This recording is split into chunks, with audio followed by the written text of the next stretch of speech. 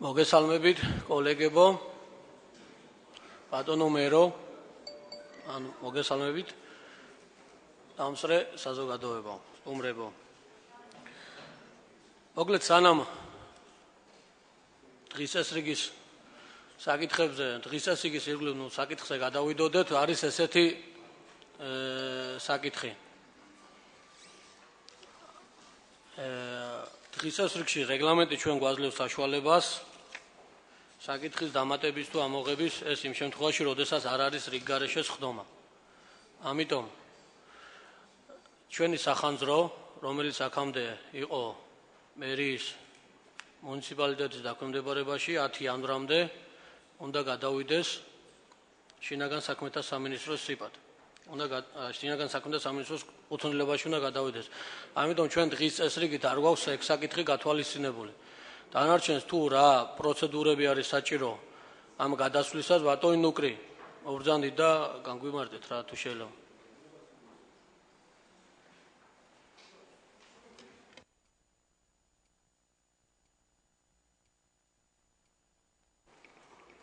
მოგესალმებით, პატივცემულო საკრებულოს წევრებო.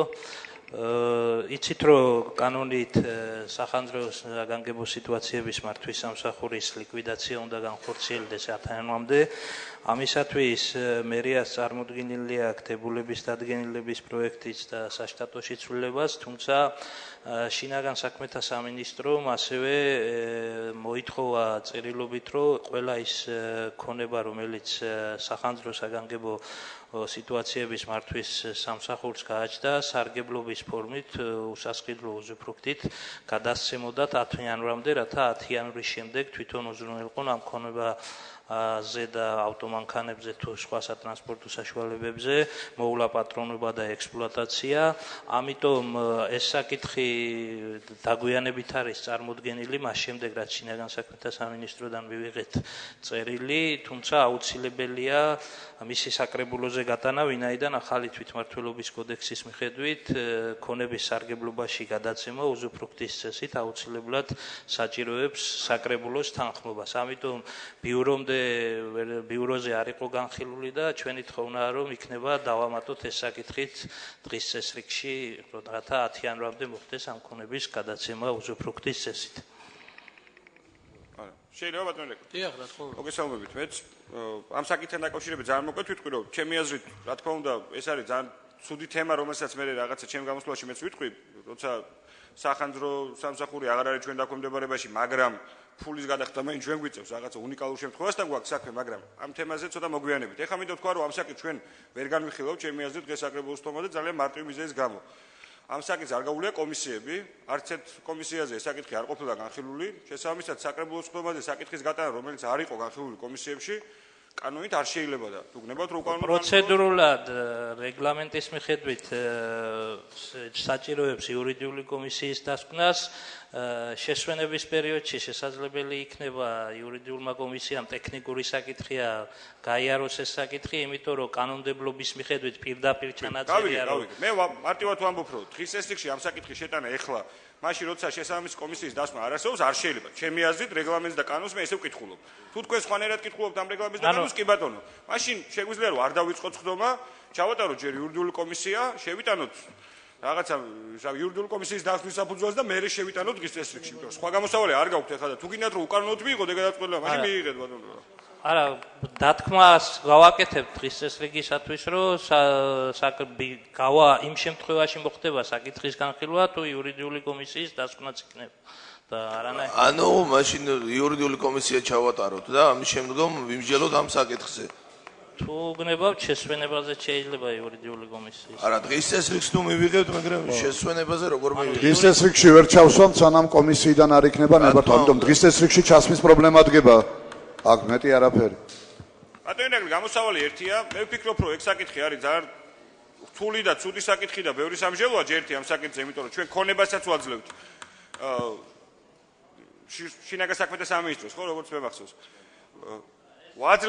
ვაძლევთ ქონებასაც, ამიტომ ბუნებრივია ამ საკითხზე ბევრი უნდა ვიმსჯელოთ. თუ გნებავთ რომ პროცედურულად სწორად იყოთ, მაშინ სხდომას ვერ დაიწყებთ, მაშინ სხდომა უნდა შევწყვიტოთ, ჩაატაროთ იურიდიული კომისია, იურიდიული კომისიის დასკვნა უნდა დადოთ მე არ ვიცი ბიუროთი თუ ბიუროს გარეშე შევიკრიბოთ ისევ და შევიტანოთ დღის წესრიგში. ეს არის სწორი. თუ ამას არ გააკეთებთ, მაშინ გამოვა რომ გადაწყვეტილება რომელსაც მიიღებთ იქნება უკანონო და ნებისმიერ დროს შეიძლება ეგ საკითხი დაგიდგეთ წინ, ჩემი აზრით. არა, გიორგი, ქონების გადაცემას რაც შეეხება ჩვენ სარგებლობაში გადავცემთ ამ შემთხვევაში და ეს პირდაპირ კანონმდებლობითაა გათვალისწინებული, რომ ბატონოგრი, ერთი კითხვა მაქვს თქვენთან. თქვენ ბიუჯეტში უკვე ასახეთ ეს თანხა და ხო შესაძლებელი იყო რომ თავის დროზე მოგემზადებინათ ან გწოდნოდათ რომ ქონებას დაჭირდებოდა რომ გადაყოლილი იყო და ხო, ეგ ცალკე საკითხია რომ სტომის დღეს გვახსენდება საერთოდ ესეთი ხო, რატომ მოხდა ის რომ ბიუჯეტში თანხა ასახეთ, თან მეორე ბიუჯეტში ასე ვიტყოდი და არაფერად ვერსიაში გადაცემის საკითხი შეიძლება გამოტანილი იქნას მას შემდეგ რაც ქონების მიმღები მოითხოვს მის გადაცემას. ამიტომ როცა ქონების მიმღებმა მოიწერა წერილი იმ დღესვე მოამზადეთ საკითხი და იმ დღესვე შემოვიტანეთ, თუმცა თქვენ უკვე ბიურო ჩატარებული ჰქონდათ. ანუ ჩვენთან წერილი როცა შემოვიდა, იმ დღესვე მოხდა საკითხის მომზადება და წარმოდგენა საკრებულოსათვის და ამიტომ ეს მომენტი იყო, თორე ბუნებრივია ქონების მიმღების მოთხოვნის გარეშე ჩვენ ვერ მოვამზადებდით საკითხს და ვერ მაშინ კითხვა მაქვს ბატონოგრი, ჩვენ რო ქონება მივცეთ მომავალ წელს, რამე დაშავდება? დაშავდება პროცედურულად ვერ მოხდება ამ ქონების მათ მიერ სარგებლობა, იქ მათ მიერ ხარჯის გაწევა, იგივე სახანძროს ავტოტრანსპორტისათვის, სახანძრო მანქანებისათვის ბენზინის გამოყოფა და ამ ხარჯის კანონმდებლობის შესაბამისად გაწევა და ამაზე. რავი ბატონო ირაკლი, მაშინ ხვალ ჩავატაროთ რიგარეშეს ხდომა. ხვალ ჩავატაროთ მაშინ რიგარეშეს ხდომა, დღეს გვიან იქნება თუ ხვალდილით გავიაროთ კომისიებში ეგ საკითხი, იმიტომ რომ კითხვები რა თქმა უნდა გვაქვს და პირველ რიგში იმასთან დაკავშირებით მაქვს თუ რატომ მოხდა ბიუჯეტში ასახვა თანხის 1.8 ხო? როგორც კანონმდებლობით გათვალისწინებული არა, მესმის, მაგრამ ამავე დროს ქონების გადაცემა რო არ გადაყვა მას ესეც უბრალოდ შეიძლება ვინმე ერთი ადამიანის უბრალოდ ის წინდაუხედავობა იყოს. თუ ვაძლევთ ანუ დღეს რა საკითხი შემოიტანეთ შეიძლებოდა რომ არა, რას ნიშნავს ერთი ადამიანის ბატონოკობა წინდაუხედავობა? ანუ მე მხედველობაში მაქვს თუ იმ ორგანომ რომელმაც წაიღო სახანძრო სიპი კანონით იყო განსაზღვრული განკარგულება არსებობდა მაგის თაობაზე თანხა იმიტომ გადავაყოლეთ მე ბიუჯეტის წარდგენისას კიდე ერთ თემას წამოვწევ ზუსტად ანალოგიურს ამიტომ კანონის მოთხოვნათა დაცვით მოხდა სრული პროცედურის გათვალისწინება. კანონის დარღვევაზე არ ვამბობ, ვადების დარღვევაზე ვამბობ ამ შემთხვევაში, როცა ფულს ვაძლევთ რაღაც ორგანიზაციას, იქ ქონებაც რო უნდა წასულიყო ხო ქონება შეიძლება გადაეცეს საკუთრების უფლებით, შეიძლება გადაეცეს დროებით სარგებლობაში უზუფრუქტის სახით. ამიტომ ვერ ხედავ მე მაგაში ვერანაირ დარღვევას. ფაქტი ერთია, რომ სამსჯელია ამ საკითხზე და კომისია არის ჩასატარებელი. ფაქტია, რომ დღეს მოგვიწია რაღაც ფორს მაჟორის არ ვიცი, ან დროულად იქნა საკრებულოზე წარმოდგენილი დოკუმენტაცია, რომელიც შეეხებოდა აღნიშნული საკითხის გადაწყვეტას. ელექტრონული დოგბრუნვა არსებობს. ელექტრონული დოგბრუნვის ნახვა შეიძლება როდის შევიდა საკრებულოს აპარატში აღნიშნული საკითხი. ამიტომ არა ასირთულე მაგაში. ანუ ჩვენთან შემოვიდა საკითხი და ჩვენ არ განვიხილეთ ბატონო ირაკლი? ბიურო დასრულებული იყო, როცა შემოვიდა, ჯერ კიდევ დარბაზში ვიყავი მე მხოლოდ. კოლეგები წასულები იყვნენ. ნუ რამოდენიმე დეპუტატი ვიყავით, ახლა რავით, ამერიკა და მომებრუნებინა ეს ხო, მაშინ ჩამეტარებინა პროცედურა როგორც მოითხოვს ისე პროცედურა არც ის არის პრობლემა, რომ დღის წესრიგში ცვლილებით მივიღოთ იმ პირობით, რომ შესვენებას გამოვაცხადებ და გაივლის. რეგლამენტში გვიწერია პირდაპირ ბატონ თემურ, ბატონ გიორგი, რომ იმ პირობით, რომ შესვენებას გამოვაცხადებთ და გაივლის პროცედურებს. პლუს ინფრასტრუქტურის კომისიაც უნდა გაიაროს ბატონო ნუკრი, იმიტომ რომ ქონების გადაცემაზე აქვს საუბარი და არა მხოლოდ იურიდიული. ორივე კომისია. ხო, ორივე კომისია უნდა გაიაროს. დიახ. ეს ერთი ვარიანტი. მეორე ვარიანტი ის რომ სხდომა გადავდოთ 9 საათით სხდომის დაწყება და მესამე ვარიანტი ის რომ ხვალ ჩავატაროთ რიგარეშე სხდომა ამ ერთ საკითხთან დაკავშირებით. და მაშინ წავიდეთ მაგ მიმართულებით, კაცო, რას? და რატომ ხვალ არ გინდათ მუშაობა? ხვალ ვიმუშაოთ, ხვალ ჩავ, მე ვერ ხედავ ვერანაირ პრობლემას. კითხვები არის და ეხა 10 წუთში და 9 საათში ვერ გავივლით რა. არის გადაწყვეტილება მისაღები. ხვალ დილით ჩავატარებთ რიგარეშე სხდომას. დღეს სხდომის შემდეგ შეიძლება რომ კომისია ჩავატაროთ, ნუ მოკლედ სხდომა რომ დასრულდება, გადავწყვეტ მაგას რა. კი ბატონო, ბიუროსაც ჩავატაროთ. არ გავაგზავნოთ მოკლედ. დღის წესრიგის ირგვლივ თუ ვინმეს კითხვები არ გაქვთ, მაშინ დავაყენოთ. შეიძლება დღის ესთან კი ბატონო. ერთი მე მგონია რომ სწორი გადაწყვეტილება მიიღეთ და მართალია რომ დღის ესექს საკითხი არ შევიდა და ჯობია რომ ხვალ შევიკრიბოთ, რა თქმა უნდა. დღის ესთან დაკავშირებით მინდა გთხოვოთ რომ ჩვენ რეგლამენტის შესაბამისად ფრაქციების წარმომადგენლებს უბრალოდ აქვთ უფლება გააკეთონ თანამოხსენება, ამიტომ თუ იქნება შესაძლებელი კი არა და მე ვითხოვთ მოკლედ ესე რომ ვთქვა ამას, რომ ბიუჯეტთან დაკავშირებით ფრაქციის სახელით მე გავაკეთებ თანამოხსენებას. და მინდა რომ ეს ავსახოთ ესე რომ ვთქვა დღის წესრიგში. თანამოხსენებას გავაკეთებ ბიუჯეტთან დაკავშირებით. დღის წესრიგის მიღებამდე. თანამოხსენებას ბიუჯეტთან დაკავშირებით ანუ მას შემდეგ რაც ბატონი მოხსენებელი დაასრულებს თავის სიტყვას, ამის შემდეგ გავაკეთებ თანამოხსენებას. მეტი არაფერი ეს დღის წესრიგში ავსახოთ ხოლმე. ამას ვითხოვ ხოლმე. არ არის პრობლემა. კი ბატონო, მადლობა. ანალოგიურ მოთხოვნას ვაყენებ ჩვენაც ბატონი. კი ბატონო. მისაღებ მაშინ სხვა თუ კითხვები არ გვაქვს დღის წესრიგის ირგვლივ მე დავაყენოთ. ერთ განცხადება მინდა გავაკეთო, გულის ტკივილი გამოთქვა ჩემი იმასთან დაკავშირებით, რომ ორი ბიუჯეტი, სხვადასხვა ბიუჯეტთან გვაქვს საქმე და საკრებულო როგორც ვიცი და როგორც ვატყობ კომისიებზე, შერეულ კომისიაზე იყო თუ ბიუროზე, ამ საკითხის დაკმაყოფილებას მოკლედ არ მოახდინა დაკმაყოფილება. მე საუბარი მაქვს იმაზე, რომ 17 მილიონით, როდესაც გაიზარდა ბიუჯეტი მერის მხრიდან, ამან გამოიწვია არსებითად განსხვავებული ბიუჯეტის ერთა მოიცადება. მე კენჭისყრაზე არ ვაყენებ ბატონ ირაკლი, მე არა, ერთი წამი არ სულ სხვა რამეს გეუბნები. ეს ერთი რომ განცხადებისთვის უნდა ითხოვოთ. მეორე დღის წესრიგი მივიღოთ და ყველას გექნებათ განცხადების გაკეთების საშუალება რა.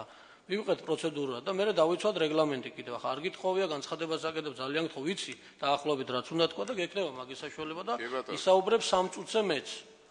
არავინ ახლა 1 და 2 წუთი დღევანდელი მნიშვნელოვანი დღეა, არავინ არ იქნება შეზღუდული და ამიტომ ძალიან გთხოვ რა მივიღოთ დღის წესრიგი და შემდეგ გექნება განცხადების გაკეთების საშუალება. მოგლეთ სხვა კითხვები გვაქვს დღის წესრიგის ირგვლივ, თუ არ გვაქვს, მაშინ დავაყენოთ კენჭისყრაზე. ამ დამატებით რა თქმა უნდა თანამოხსენებელი იქნება ბატონი გიორგი და ბატონი კობა. გვაქვს გათვალისწინებული სხვა საკითხი. მომხრე. წინააღმდეგი. ერთხმად მიღებულია, დიდი მადლობა კოლეგებო. გისმენთ ბატონო კობა, შეგიძლიათ გააკეთოთ განცხადება. შერეულ კომისიაზე ითქვა ბატონ თავმჯდომარე იურიდიული კომისიის ბატონ ლევან კინწურაშვილმა, თქვა რომ ჩვენ შეგვიძლია ამ საკითხის დაყენება უშუალოდ საკრებულოს წინაშე და იქ მოვახდინოთ მსჯელობა იმ საკითხთან დაკავშირებით, განვიხილოთ თუ არა ცვლილება შეტანილი 17 მილიონით გაზრდილი ბიუჯეტის პარამეტრები და ზოგადად ამ დოკუმენტის მიღება. მე საზოგადოების ინტერესი და ფრაქციების ინტერესი მაინტერესებს ამ შემთხვევაში, რადგან საზოგადოების არც ერთ წევრს არ უმსჯელია იმ დამატებული 17 მილიონის შესახებ და ამით დაირღვა იგივე ჩვენი რეგლამენტი, იგივე კანონმდებლობა და მტკიცედ მიმაჩნია, რომ ამ კუთხით სიმართლე საკრებულოს მხარეს არის, თუ კი რა თქმა უნდა თქვენ მხარსაც დაგვიჭერთ ამ პოზიციაში.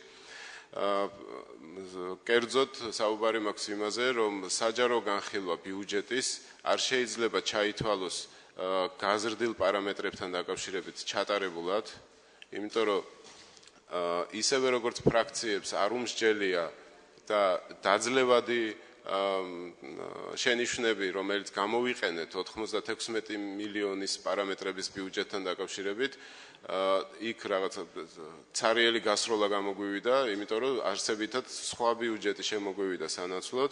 სამწუხაროა, რომ კოლეგები არღებულობენ ჩვენს ამ წინადადებას, რომ მეტი უფლება და მეტი ესეთი რესურსი გამოვიყენოთ ჩვენი შესაძლებლობების ბიუჯეტთან დაკავშირებით.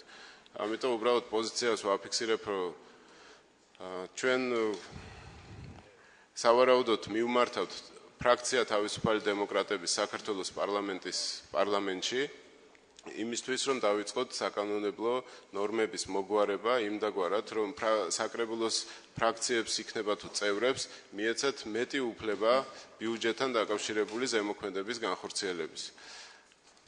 მადლობთ. მადლობთ. დიახ, ქალბატონ ნატო. უპირველეს ყოვლისა, რა თქმა უნდა, დამსწრე საზოგადოებას მიულოცავ დამდეგშობა ახალ წელს და ასევე მივულოცავ იმას, რომ დღეს ძალიან მნიშვნელოვანი დღეა ჩვენს ქალაქში, იმიტომ რომ მე ვფიქრობ, რომ მოხდება 2015 წლის ბიუჯეტის დამტკიცება, რომლითაც ძალიან ბევრი კარგ პროექტს დაედება საფუძველი. არავინ რა თქმა უნდა, უпростоრად არაფერი არა იდეალური ამ ქვეყანაზე, მაგრამ მე ვფიქრობ, რომ ეს საკმაოდ ნორმალური ბიუჯეტი იქნება ჩვენი ქალაქისთვის, წინსვლისთვის. რაც შეეხება ჩემს განცხადებას, განცხადება მაქვს უმაღლეს განათლების უფრო მოკლედ რო ვისაუბრო, ჯობია ჩავიხედო, ჩაწერილი მაქვს. ესე იგი, პროგრამა უმაღლესი განათლების ხელშეწყობა ლაპარაკია წარმატებულ სტუდენტთა მხარდაჭერაზე. აქ კომისიის მიერ იყო რეკომენდაცია მიცემული, ცვლილება შეტანილიყო ლუკა ასათიანის სახელობის სტიპენდია ენიშნებოდათ ბაკალავრიატის სტუდენტებს და ცვლილების შემდეგ უნდა დაენიშნოთ მაგისტრატურის სტუდენტებს. ამასთან დაკავშირებით მინდა ფართო მსჯელობის საგნად ვაქციო ეს დღეს აუცილებელია რა ბუნებრივია, თუმცა რა თქმა უნდა მერის თანხმობის შემთხვევაში შესაძლებელია. ეხლა ამასთან დაკავშირებით განცხადება. სკოლის შემდგომი სწავლის პროცესი ხანგრძლივია და რამდენიმე საფეხურს მოიცავს. ვიცით ყველა, ესაა ბაკალავრიატი, მაგისტრატურა, დოქტორანტურა. ყველაზე რთული, დატვირთული ეტაპი სტუდენტისთვის არის ბაკალავრიატი. იგი მოიცავს ახალ მოთხოვნებს, რეჟიმს, პასუხისგებლობას და საკმაო რაოდენობის თანხის გაღებას ოჯახის მხრიდან. მაგისტრატურა და დოქტორანტურა იზრგოლები ამ პროცესში, როცა ბაკალავრი ადაპტირებულია სასწავლო გარემოში და სურვილისამებრ რჩევს მომდევნო საფეხურს. მეტიც ბევრ მათგანს თავად შეუძლია დააფინანსოს თავისი სწავლა მაგისტრატურასა და მით უმეტეს დოქტორანტურაში. ინიციატივით შემოვდივარ, იქნებ ჩვენი ხელშეწყობა გადავისწავლოთ ბაკალავრიატისკენ, ამით კიდევ ერთ სუნთქვას გავუხსნით მონდომებულ სტუდენტებს სამომავლოდ. მადლობთ, კიდევ ერთხელ ვამბობ, რომ თუ იქნება იმის შესაძლებლობა ბაკალავრებით დაფინანსდეს და მაგისტრანტებით, რა თქმა უნდა, ეს კიდევ უფრო მეტი წარმატება იქნება, მაგრამ არჩევანის შემთხვევაში მე ვფიქრობ, უმაღლესი განათლების პირველ საფეხურს უნდა უფრო მეტი ხელშეწყობა. გმადლობთ ყურადღებისთვის. ქალბატონო ნატო ეს საკითხი გავითვალისწინეთ ჩვენ როგორ ბიუჯეტში. პირველად. ხო და განხილვის პროცესში ქალბატონო ნატალია. ქალბატონო ნატალია, ამიტომ განხილვის პროცესში გამოიკვეთება და შემდეგ თუ ვინმეს რამე კითხვა გვექნება, პრობლემა არ იქნება ახლა. გადავიდეთ ბიუჯეტის ნაწილზე, მაშინ თუ კითხვები განცხადების გაკეთება თუ არ გინდათ არავის, მაშინ პირველი საკითხი არის ქალაქ ბათუმის მუნიციპალიტეტის 2015 წლის ბიუჯეტის დამტკიცების შესახებ. მომხსენებელი ბატონი გიორგი ერმაკოვი. ისმენთ ბატონ გიორგი. მოგესალმებით, გილოცავთ დამდეგშობა ახალ წელს, ქალბატონებო, ბატონებო. იცით დღეს მნიშვნელოვანი დღეა, დავეთანხმები ქალბატონ ნატალიას, ვიტყვი რომ ბიუჯეტის მიღება განსაკუთრებით იმ პირობებში, როდესაც ახალი საგრებულოა, ქალაქს აღმასრულებელს და საკანონმდებლო ორგანოც ახალი ყავს, გარკვეულწილად კი არა, დიდი პასუხისმგებლობა, როცა ვღებულობთ ამ დოკუმენტს, ქალაქისათვის მნიშვნელოვანს. მინდა გავუსვა ხაზი, რომ კიდევ ერთხელ უხარვეზო ამ ქვეყნად მე მგონი თუფალს ადამიანი არ გაუჩენია და ყველა სხვადასხვა ხასიათი გააჩნია, ყველა სხვადასხვა შეხედულებები გააჩნია, მესმის ეს ჩვეულებრივი მოვლენაა. პოზიციას თავისი პოზიცია აქვს, ოპოზიციას კიდე თავისი პოზიცია აქვს, ამიტომ გაგებით უნდა შევხვდეთ საერთოდ ნებისმიერი სახის შენიშვნას და ასე შემდეგ, მაგრამ ერთიც მინდა ვთქვა ბიუჯეტის ზოგადი პარამეტრების ჩამოთვლამდე, ყველა საკითხი, რომელიც ჩვენ გათვალისწინებული გვაქვს ბიუჯეტში, გავლილი იქნა საკრებულოს შესაბამის სხდომებზე, კომისიებზე, იქნა გამოხატული, თქვათ, სხვადასხვა პოზიცია, ეს პოზიციები იქნა შეჯერებული, წარმოდგენილი იქნა შენიშვნები ბიუჯეტთან დაკავშირებით, მაქსიმალურად მე ამ რაც ჩათვალა და შემდეგ კომისიებზე იქნა განხილული ეს საკითხები, დაბრუნებული იქნა ბიუჯეტი, განხილული იქნა ეს შენიშვნები, გარკვეულწილად გათვალისწინებული იქნა მითითებები, რომლებიც იქნა მიცემული ბიუჯეტთან დაკავშირებით. გარკვეულ შემთხვევაში წარმოადგინეთ ჩვენი მოსაზრება, რომელსაც ვთვლით მიზანშეწონილად და მნიშვნელოვნად ქალაქის შემდგომი განვითარებისათვის. კიდევ ერთხელ მინდა ვთქვა, ბიუჯეტის ძირითადი პარამეტრების ჩამოთვლამდე, რომელსაც ჩავიკითხავ, მნიშვნელოვანი საკითხები, რაც ბიუჯეტში არის გათვალისწინებული, ძირითადად შეეხებოდა ინფრასტრუქტურულ პროექტებს, ჯანდაცვისა და სოციალურ პროექტებს, მიუხედავად იმისა, პრიორიტეტულად არსებული ბიუჯეტის ფარგლებში თითქმის ყველა საკითხი იქნა გათვალისწინებული. ამავდროულად ჩაკითხვამდე მინდა თქვა, კარგად მოგეხსენებათ, განსაკუთრებით იმ დეპუტატებს, რომლებსაც არაერთი წლის გამოცდილება აქვს საკრებულოში მუშაობისა, იცით, რომ ბიუჯეტის ძირითადი პარამეტრები, რომლებიც თან ხდება და რომლის მიღებაც ხდება, არ არის საბოლოო, ყოველთვის ჩვენ გვრჩება გარკვეული სამუშაოების ჩატარებიდან, გამოცხადებული ტენდერებიდან ეკონომიები, გარკვეულწილადაც როგორც ამის მაგალითი იყო გასული 2014 წელი ჯერჯერობით ეს წელია, ჩვენ რამოდენიმე ახალი პროგრამა შემოვიტანეთ, გახსოვთ თქვენ, ეს ჯანდაცვაშიც იყო, ინფრასტრუქტურაშიც იყო, ასე რომ მაგალითისთვის ვამბობ იმას, პროგრამული ცვლილებები, ახალი პროგრამების დამატება, გამომდინარე, ვთქვათ, შემდგომში მისაღები ან ტრანსფერებიდან, ვთქვათ, ფედერალური მთავრობისაგან, ან ადგილობრივი ხელისუფლებისაგან, ყოველთვის და დარჩენილი ეკონომიები იძლევა საშუალებას, რათა ბიუჯეტში შემდგომშიც განხორციელდეს ცვლილებები. ან არსებული ცვლილებები შეეხოს, ვთქვათ, თანხების დამატების თვალსაზრისით იმ მნიშვნელოვან მიმართულებებს, რაც არის, ვთქვათ, კონკრეტულად იმ დროისათვის ეს ინფრასტრუქტურა იქნება, განათლება იქნება, ჯანდაცვა იქნება, სოციალური საკითხები თუ ასე შემდეგ. ამიტომ ესეც უნდა გავითვალისწინოთ და ყველაზე მთავარი, ყველანი დღეს ამ დარბაზში ვსდომნი, ზოგიერთებისგან განსხვავებით მე ძველი საკრებულოს წევრები ვახსენე, ვისაც ამის გამოცდილება ჰქონდა და შეგუებული იყვნენ ამ პროცესს, დანარჩენები ფაქტიურად პირველად ვღებულობთ მონაწილეობას წარდგენაში ბიუჯეტის და ბიუჯეტის ფორმირებაში, რომელზეც ხანგრძლივი დროის განმავლობაში ვთქვათ ვიმუშავეთ. ამიტომ ძალიან გთხოვთ, ცოტა კორექტულებით ვიყოთ ერთმანეთის მიმართ, გარკვეული ხარვეზები გამოვთქვათ მშვიდ და წყნარ ფორმაში და პატივიცეთ ერთმანეთს. დიდი მადლობას მოგახსენებთ, თუ შეიძლება ადგილიდან აქედან რო ბატონო გიორგი, ბოდიში მოგიხდით, დიდი მადლობა შესავალი სიტყვისთვის, დეპუტატების მოთხოვნით, რეგლამენტის დაცვით, გთხოვთ ტრიბუნას. კი ბატონო, დავამთავრებ. მოგახსენებთ 2015 წლის ბიუჯეტის ასიგნებები შეადგენს მთლიანობაში 113.652.000 ლარს. ეხლა დავიწყებთ მთლიანად ქალაქ ბათუმის მუნიციპალიტეტის 2000. უკაცრავად, ანუ ტრიბუნიდანო თუ შეიძლება ასე თუ გთხოვეთ, მე თუ შეიძლება მოსახერხებელი იქნება ჩემთვის. რეგლამენტის დაცვით უნდა მიბრძანეთ ტრიბუნასთან. კარგით ბატონო. მადლობთ. სათვალე არ წაომიღია ბატონო.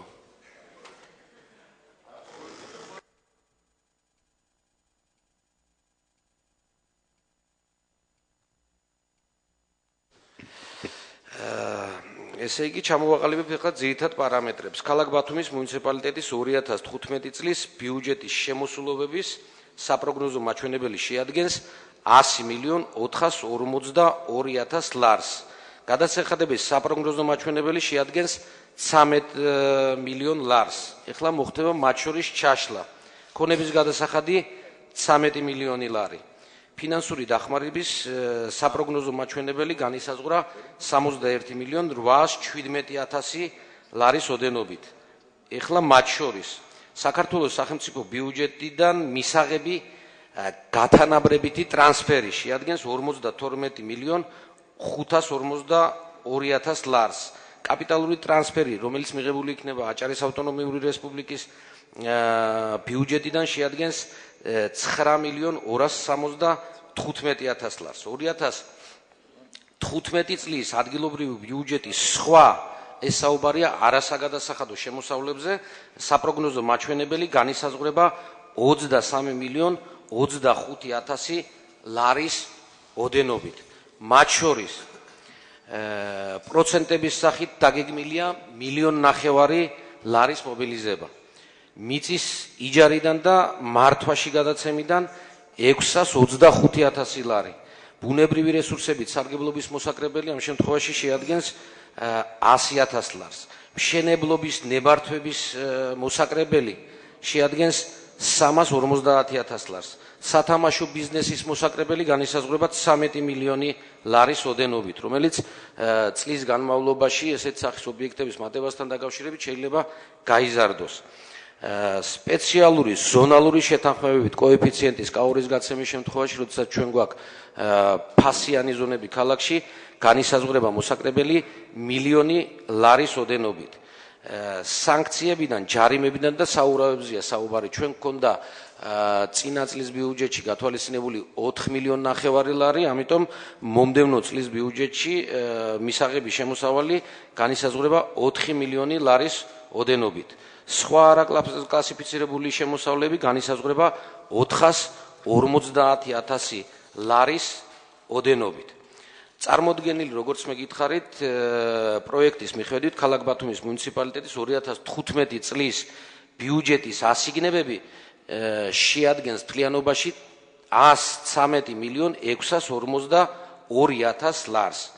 ეკონომიკური კლასიფიკაციის მიხედვით ადგილობრივი ბიუჯეტის გადასახადები გადანაწილდება შემდეგნაირად.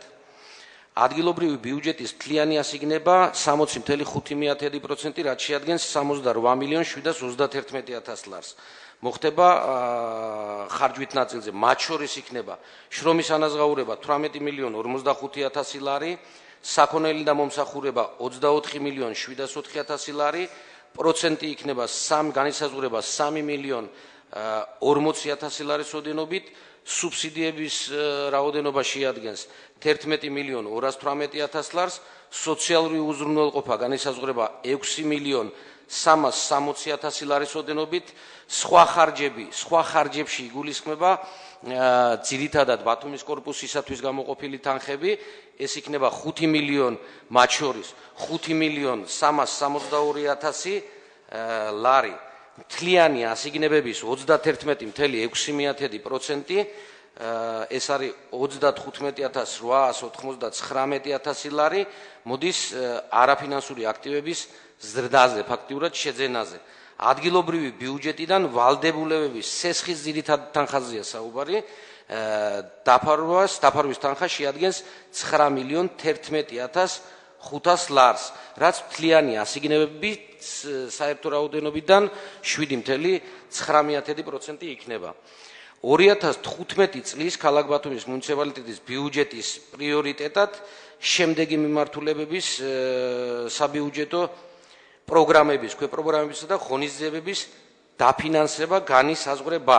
ქალაქის ინფრასტრუქტურის მშენებლობა, რეაბილიტაცია და ექსპლუატაცია, განათლება, კულტურა, რელიგია, ახალგაზრდობა, ამ პროგრამებისა და სპორტის ხელშეწყობა, მოსახლეობის ჯანმრთელობისა და სოციალური დაცვის უზრუნველყოფა, თავდაცვისა და საზოგადოებრივი წესრიგის და უსაფრთხოების უზრუნველყოფა.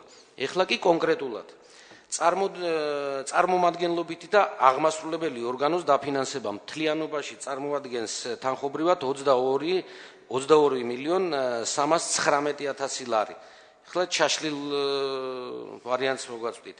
ქალაქ ბათუმის მუნიციპალიტეტის საკრებულო 1.995.000 ლარი. ქალაქ ბათუმის მუნიციპალიტეტის მერია 7 მილიონ 872.000 ლარი. სასესხო ვალდებულებების მომსახურება და დაფარვა 12 მილიონ 51.000 ლარი. სარეზერვო ფონდი მერის 400.000 ლარი.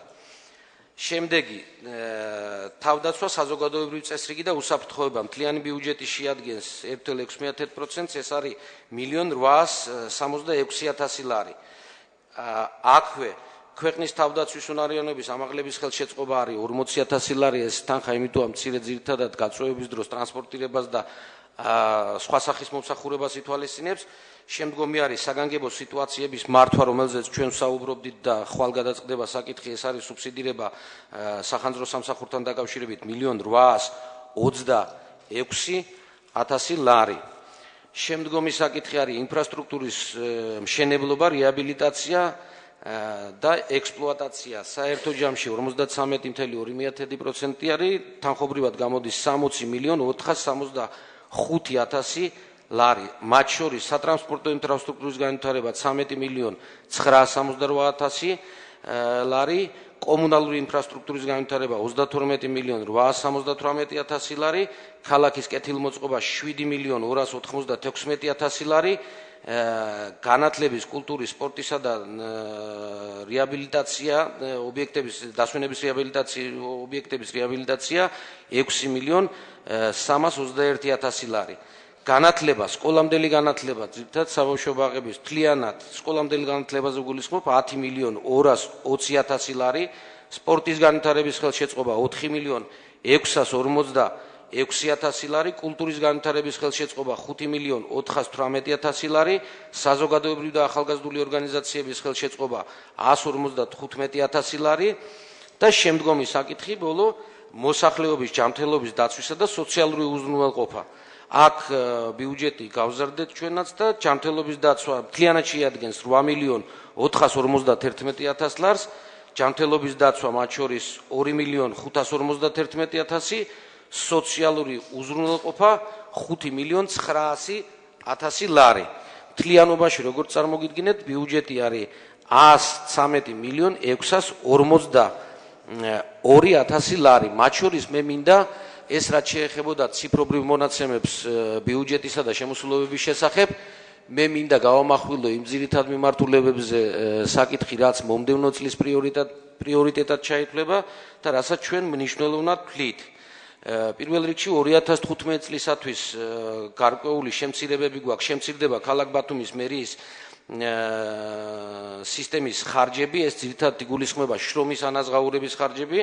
აქ არის გამოწვეული იმ თქვათ ცვლილებებიდან გამომდინარე, რაც იყო დაკავშირებული კანონის მოთხოვნებთან და საშტატო ერთეულების შემცირებასთან, ეს შეადგენს შემცირება მთლიანად 2 მილიონ ლარზე მეტით შემცირდა. შემდეგი საკითხი ყველაზე მნიშვნელოვანი, რომელიც გათვალისწინებული იქნა და ამაზე მე დაწვრილებითად შემიძლია მოგახსენოთ, ეს ძირითადად ის მესამე ფაზა პროექტისა, რომელსაც ვაწარმოებთ ჩვენ გერმანიის განვითარების ბანკთან ერთად, KfW-სთან, ეს არის ინფრასტრუქტურული რეაბილიტაცია, რომელიც შეეხება წყლის, კანალიზაციის, სანიაღური არხების რეაბილიტაციას და ამასთან დაკავშირებითაც ცოტა მოგვიანებით ვიტყვი სუბსიდირებასთან დაკავშირებით. ჩვენ გვაქვს 30 მილიონიანი მიწოდება ფინანსთა სამინისტროდან ცალკე და აღნიშნულთან დაკავშირებით სანამ შეკითხვებს დასვამთ, მაგაზეც გვექნება საუბარი, ამიტომ ორი ტენდერი, როგორც მოგეხსენებათ, ჩვენ უკვე ჩავატარეთ, ეს შეეხებოდა ჭაობის მთლიან ტერიტორიას და ჩაქვის საკანალიზაციო სისტემის რეაბილიტაციას, 18 თებერვლისათვის ჩვენ გვექნება პირველი, მეორე, მესამე, მეხუთე ლოტის შედეგები და ფაქტიურად ჭაობი, ბონიგარადოკი, ბენზე ბარცხანა, თამარის დასახლება, მახინჯაური, მწვანე კონცხი მთლიანად იქნება რეაბილიტირებული და ეს პროცესი, როგორც მოგეხსენებათ, განისაზღვრება 2014 წლიდან, უკვე ტენდერები 5 იანვრიდან უკვე ათვლა შესასრულებელი სამუშაოების დაწყებისა კომპანიებს დაეწყებათ, ეს შეეხება Pfeiffer-სა და Egyptas-ს, რომლებიც დაიწყებენ ამ რეაბილიტაციებს ჭაობისა და ჩაქვის ტერიტორიებზე. ასე რომ ეს იყო ყველაზე მნიშვნელოვანი პრიორიტეტი და ამასთან დაკავშირებით ერთი რამაც მინდა მოგახსენოთ, თანხები, რომლებიც იქნა გათვალისწინებული, ეს იყო ჩვენი დაფინანსება, ეს იყო გრანტი და ეს არის სესხი, რომელსაც KfW ჩვენ გვაძლევს ბანკი.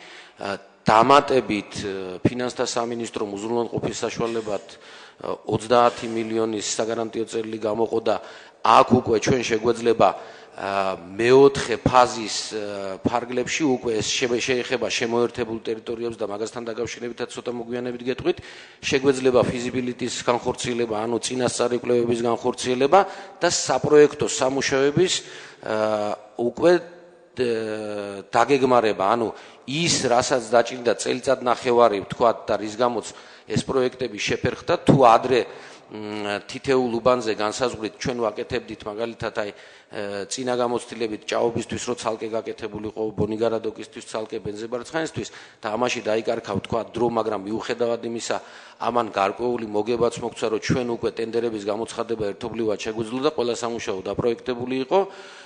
ანალოგიური მოხდება შემოერთებულ ტერიტორიებთან დაკავშირებით და იმ 30 მილიონიანი ზუსტად დაფინანსების ფარგლებში ჩვენ უკვე გქონდა საუბარი გერმანიის განვითარების ბანკთან, KfW-სთან, აგერ ჩემი მრჩევლებიც აქ არიან, შეიძლება დამეთანხმონ, ანუ კვლევა და საპროექტო სამუშაოები უკვე მომდევნო წელს განხორციელდება, რაც თავისთავად ბიუჯეტში არ იქნებოდა ასახული თავისთავად.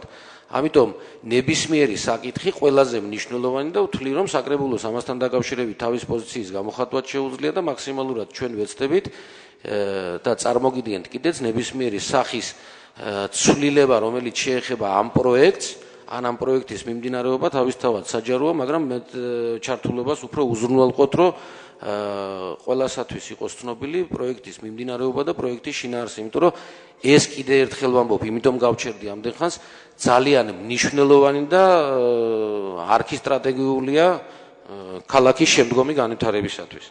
შემდეგი საკითხი არის ერისთავის ქუჩა, ანუ მთლიანად შემოვლითი გზის სარეაბილიტაციო პროცესი. მე წინასწარ მინდა ამაზე ვისაუბრო და ვთქვა, რომ ეს ძალიან მნიშვნელოვანია და მათ შორის, როცა ჩვენ ვსაუბრობდით პროექტებზე, რომლებიც გადავიდა მომავალ წელს, ამას თავისი ახსნაც არის, მათ შორის არის ეს პროექტი, რომლის ღირებულება წარმოადგენს 4 მილიონ 300,000 ლარს და ძირითადად წარმოქმნილი სირთულეები, რის გამოც პროექტი სხვათა შორის 2011 წელს იყო პროექტი შესრულებული 2011 წელს და უნდა დასრულებულიყო 2012 წელს პროექტში იყო ხარვეზები, ძალიან ბევრი ხარვეზი იყო, ამიტომ პროექტის შესწორება დარჩა ჩასტარებელი, ეს ერთი საკითხი და რამაც შეფერხება გამოიწვია ზუსტად ამ პერიოდიდან წარმოიდგინეთ 11-12 იყო დასრულება. იძულებული ვიყავით მოსახლეობასთან ექსპროპრიაციის პირობებში არსებული თქვა დავები გარკვეულ სირთულეებს გვიქმნიდა. კერძო სექტორში არსებული 4-5 საცხოვრებელი სახლი იყო, რომელთანაც მოლაპარაკება მიმდინარეობდა და დასრულდა, ამან გამოიწვია შეფერხება და პლუს პროექტების სრულება და კიდე ერთიც ერისთავის ქუჩაზე თუ კი ვინმე მიცის ახლა იქ მიახლოებით ის ტერიტორია, ორსართულიანი საცხოვრებელი სახლი, რომელთანაც არსებული პროექტის შესაბამისად პირდაპირ საცხოვრებელ სახლთან ჩადიოდა და გვერდით იყო 5-სართულიანი, რომელსაც ჩვენ პროექტი შევცვალეთ, დავაშორეთ საპროექტო გზა და 2-სართულიან სახლთან დაკავშირებით, ეხლაც თუ საჭირო იქნება გოგას ვკითხავ, 2 ოჯახი თუ 3 ოჯახია დარჩენილი, რამდენი? 2 ოჯახია დარჩენილი, რომელთანაც მოლაპარაკება მიმდინარეობს, დავასრულებთ ამას და უკვე ქუჩის მთლიანი რეაბილიტაცია მომდევნო წლისათვის იქნება დასრულებული. ეს რაც შეეხებოდა ბაგრატიონის შემოვლით გზას, რაც მოგცემს საშუალებას, რომ ქალაქში მოძრაობა განვითარდეთ და შემოვლითი გზა გქონდეს ქალაქის მნიშვნელობისა. განხორციელდება გორგილაძის ქუჩის, ყოფილი გორკის ქუჩის მთლიანი რეაბილიტაცია და რაც ყველაზე მთავარია გორკის ქუჩის მონაკვეთი, გორგილაძის ქუჩის მონაკვეთი გრიბოიდოვიდან. გრიბოიდოვის ქუჩის მონაკვეთი ჯავახიშვილამდე უკვე გამოვაცხადეთ და მთლიანად მოხდება ახალი მაგისტრალის გაყვანა და გორგილაძის ქუჩა შეუერთდება შარტავას ქუჩას, ანუ იუსტიციის სახლთან გავა და გვექნება ახალი ინფრასტრუქტურა მთლიანად ქალაქის ცენტრალურ ნაწილში. შემდგომი საკითხი არის ქალაქის ტერიტორიაზე უპირატესად გარეუბნებში. გავზარდეთ რაოდენობა მოასფალტებისა და ეგრეთ წოდებული ბეტონირებისა საერთო თანხა აქ შეადგენს 2,500,000 ლარს და ძირითადად ეს იქნება გათვლილი შემოერთებულ ტერიტორიებზე. იცით რომ გზების ბეტონირება გარკვეულ სირთულეებთანაა დაკავშირებული და ზუსტად დადგენა ვთქვათ იმ მონაკვეთებისა, სადაც აღნიშნულ სამუშაოებს ჩავატარებთ, ზოგიერთ შემთხვევაში სირთულეებთანაა და ვთვლი რომ ხარვეზია, მაგრამ გამოსწორებადია. მთლიანი ღირებულება, როგორც მოგახსენეთ, 2,5 მილიონი იქნება. შემდეგი საკითხი, არ მინდა გვერდი აუარო, ეს არის ჟილინის არხი, რომლის საერთო ღირებულება არის 2,100,000 ლარი. რაც შეეხება ჟილინის არხს, ეს არის ქალაქისათვის ძალიან მნიშვნელოვანი პროექტი და იცით უკვე მეორე კომპანია არის, რომელიც ამ სარეაბილიტაციო სამუშაოებს აწარმოებს. და ესეც მინდა იცოდეს საკრებულომ.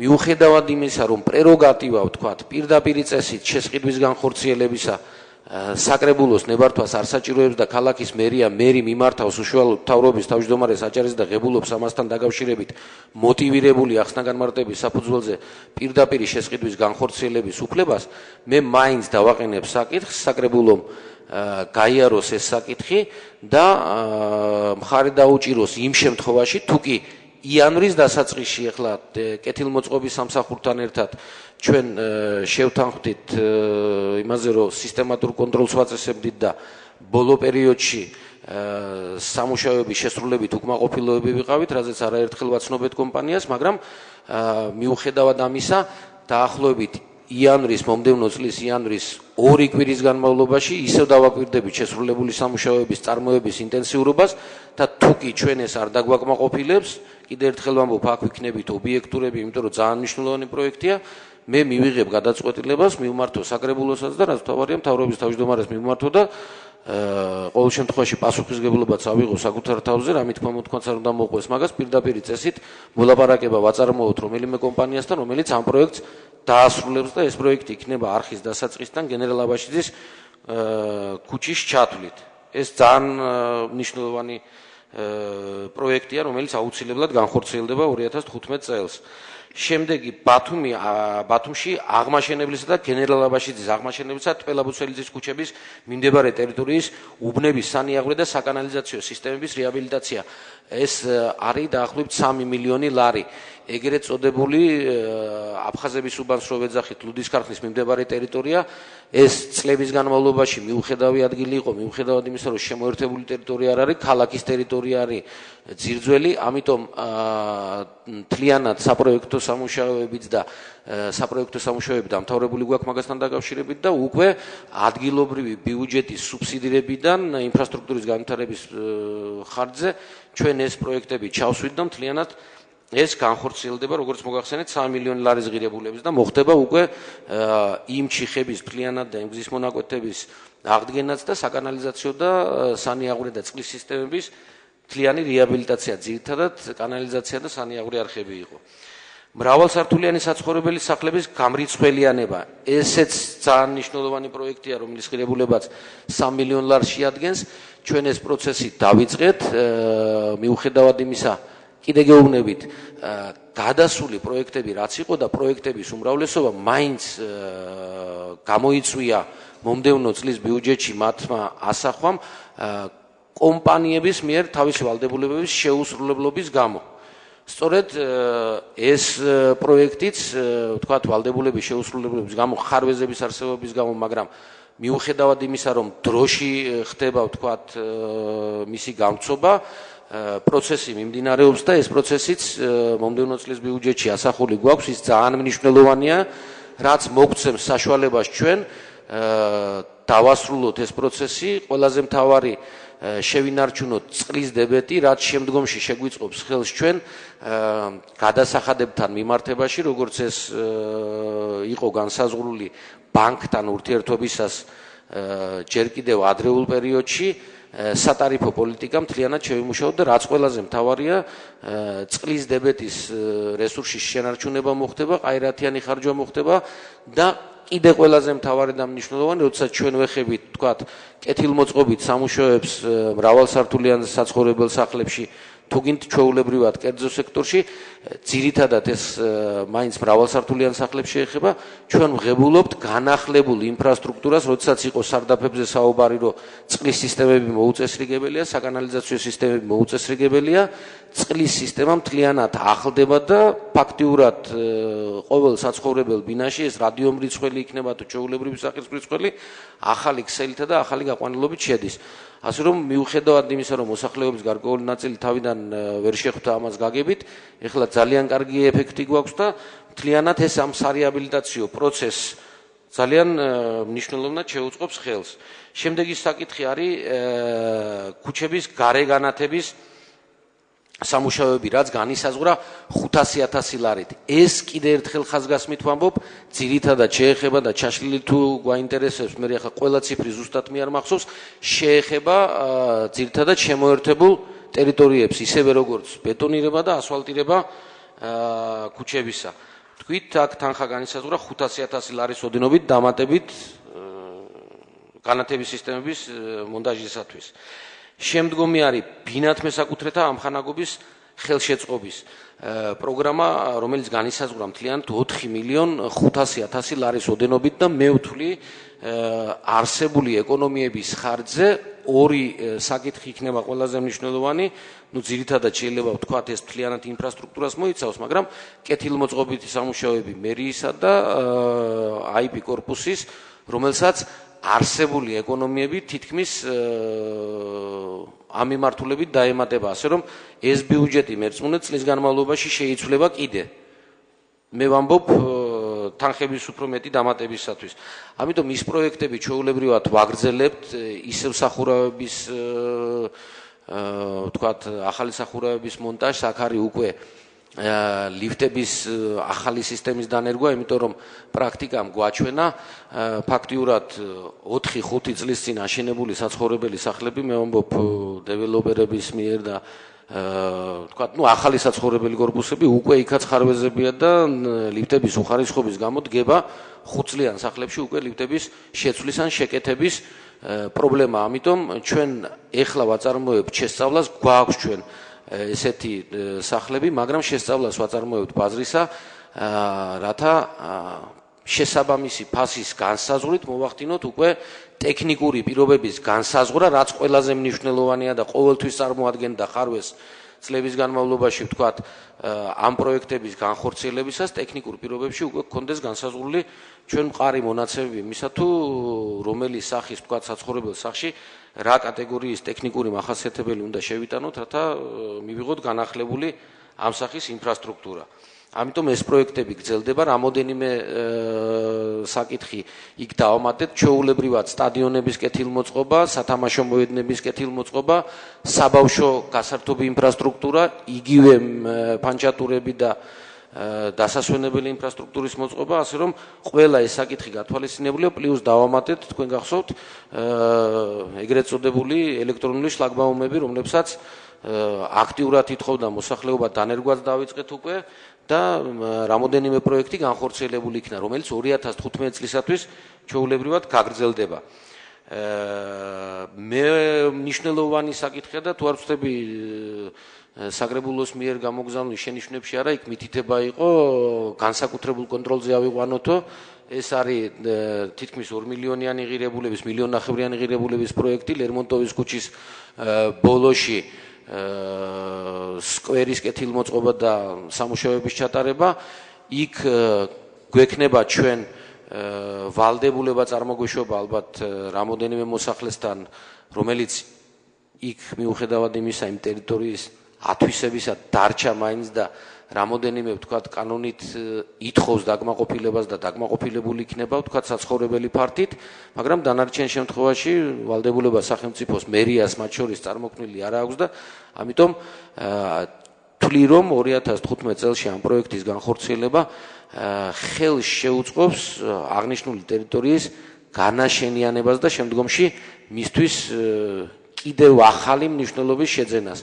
მაგ დამატებით ინვესტირების ხარჯზე კიდევ ვფიქრობთ ჩვენ და გვინდა განვახორციელოთ პროექტი, რომელზეც ჯერ ვჯელობთ და მე საკრებულოს წარუდგენთ აუცილებლად, ეს არის ყინულის სასახლის მიმდებარე ტერიტორია, მიწისნაკვეთი ფინანსთა და ეკონომიკის სამინისტროს საკუთრებაშია და განვიხილავთ ამ საკითხებს და რაც შეეხება ამ სკვერის განაშენიანება იქა, კიდევ ერთხელ ვამბობ, მნიშვნელოვანი იქნება უბნის განვითარებისათვის და ხელს შეუწყობს შემდგომში უკვე სამშენებლო პროცესების განხორციელებას.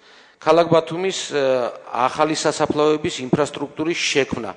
იცით რომ ჩაქვის ტერიტორიაზე ჩვენ გამოყოფილი გვაქვს მიწისნაკვეთი სასაფლაოების ინფრასტრუქტურის მოსაწყობად, ასე რომ ადგილობრივი ბიუჯეტიდან მიღებული სუბსიდირების ნაწილი 1,400,000 ლარის ოდენობით მოხმარდება მთლიანად ამ სასაფლაოების ინფრასტრუქტურის მოწყობას. პროექტი ამასთან დაკავშირებით უკვე გვაქვს და ესეც მნიშვნელოვანი იქნება ქალაქისათვის, იმიტომ რომ იცით ამ ტიპის, მოდი ესე ხელახლა რო არ განმეორდე, საჭიროება ქალაქისათვის მნიშვნელოვანია, იმიტომ რომ დახურული სასაფლაოები გვაქვს და ამ სახითაც ყოველ შემთხვევაში მივიღებთ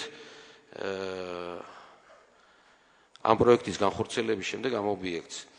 საბავშვო ბაღების შენობების რეაბილიტაცია 3.400.000 ლარი, აქვე მინდა ჩამოვთვალო მე, ეს არის 2015 წლისათვის მე-17, 23, 24, მე-16, მე-18 ბაღი, რომელთა რეაბილიტაციაც მოხდება. ამავდროულად მინდა მოგახსენოთ, რომ 2015 წელში ჩვენ გვექნება ახალი საბავშვო ბაღები გარდა ამ რეაბილიტირებულისა. მაზნიაშვილის ქუჩაზე მე-5 საბავშვო ბაღი გახსოვთ, პროექტირება დავამთავრეთ, ტენდერით ჩავატარეთ, მოგებული კომპანიაც არის, ასე რომ იმ უბანში ამ ბაღის არსებობა, განახლებული ბაღისა აუცილებელი იყო და მოსახლეობის მოთხოვნაც იყო, ამიტომ ეს ერთი ტაბიძის ქუჩაზე მე-14 ახალი მთლიანად და რეაბილიტირებული გვექნება, კახაბრის საბავშვო ბაღი, რომელიც არის ხელვაჩაურის რაიონის ყოფილ ტერიტორიაზე ახალი საბავშვო ბაღი კეთდება და პირველად გავაკეთეთ პროექტი, რომელიც არის ინოვაციური, რომელიც არის ენერგომდგრადზე გაწვრილი და ეკოლოგიურობაზე და ასევე გათბობის და გაგრილების სისტემები იქნება ინოვაციური მთლიანად, ამიტომ რა ვიცი, მისასალმებელია რომ ეს ბაღი გვექნება. შემდეგ შაფათავას ქუჩაზე კიდე ახალი საბავშვო ბაღი გვექნება. პრობლემად გვრჩება და გასაჩივრებული გვაქვს უზენაეს სასამართლოში, რის რეაბილიტაციასაც ვერ ვახდენთ, ეს არის ჯავახიშვილის ქუჩაზე მდებარე საბავშვო ბაღი და მე არაერთხელ ვთქვი, საჭიროების შემთხვევაში მხარი უნდა დაუჭიროთ საკრებულომ და მერიის წინადადებას, რამდენადაც მტკივნეული არ უნდა იყოს, იქ თუ არ ვწდები, ნაგაშიძეა ესეთი ბატონი, რომელიც თავისად თulis ამ ტერიტორიას და ყველა გადაწყვეტილებას, რომელიც შემდგომი ინსტანციის სასამართლოს მიერაა მიღებული, ასაჩივრებს ამას. ამიტომ მერიის მიერ ბოლო ინსტანციაში საჩივარი იქნა შეტანილი და ამ საჩივრის დაკმაყოფილების შემდეგ ჩვენ უკვე გვექნება საშუალება მთლიანად მოვახდინოთ ბაღის რეაბილიტაცია. მანამდე ჩვენ არც საპროექტო სამუშაოების განხორციელების საშუალება გვეძლეოდა და არც თავისთავად მისი გათვალისწინება ბიუჯეტში. კიდე ერთი საკითხი დეპუტატის მხრიდან იქნა წინადადება დაყენებული ურეხში არ ყოფნის საბავშვო ბაღები და მიწის ნაკვეთი შეიძლება იქნას გამოთხოვილი ხელვაჩაურის რაიონიდან, რაზეც ჩვენ დავაყენეთ საკითხი და უახლოეს დღეებში მივმართავთ ხელვაჩაურის მუნიციპალიტეტს იმისათვის, რომ მიწის ნაკვეთი იქნას გადმოცემული და პერსპექტივაში ვიფიქრებთ იმაზე საბავშვო ბაღის, თქვათ, რა ზომის და რა ოდენობის მოსწავლეებს სკოლამდელი აღზრდის ბავშვებზე იყოს გათვლილი, ამიტომ ესეც 2015 წლისათვის პერსპექტივაში მიუხედავად იმისა, რომ ბიუჯეტში გათვალისწინებული არ არის, უნდა ვიზრუნოთ ამ საკითხზე. კიდევ მინდა მოგახსენოთ, სისტემატურად ხდება მშენებლებისათვის თქვათ ნებართვების გაცემა და აქ ჩვენ თქვით ვახსენეთ მოსაკრებელი, რომელიც ფასიანი კოეფიციენტიდან შემოდის და დაახლოებით $1 მილიონ შეადგენს, რომ ვახსენე. რამოდენიმე პროექტი არის, ერთი არის ახლა შემოსული, რომელიც ითვალისწინებს მრავალსართულიან საცხოვრებელ სახლში საბავშვო ბაღის მოწყობას, ასე რომ კიდე ერთი საბავშვო ბაღი გვექნება არა მუნიციპალიტეტის ხარჯზე, თქვათ ბიუჯეტის სახსრებიდან, არამედ იმ შეთანხმებიდან, როდესაც ჩვენ ვაძლევთ კოეფიციენტს და შესაბამის ან საბინაო ფონდს, ან რაღაც სარგებელს ღებულობთ, თქვათ, კერძო კომპანიისაგან. ამ შემთხვევაში მთავრობიდან შემოდის შუამდგომლობები და ჩვენ ასეთ შუამდგომლობებს ვეთანხმებით. შემდეგი საკითხი არის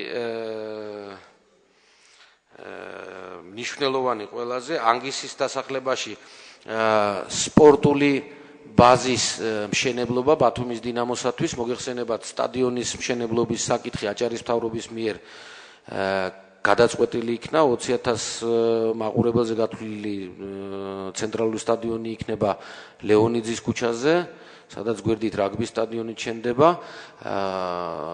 ჩვენ გქონდა პროექტი გათვლილი $10 მილიონ და ანგისის სამწვრთნელო ბაზა, იქედან გამომდინარე, რომ სტადიონი მშენებლობა განისაზღვრა და საპროექტო სამუშაოებზე უკვე მიმდინარეობს მუშაობა.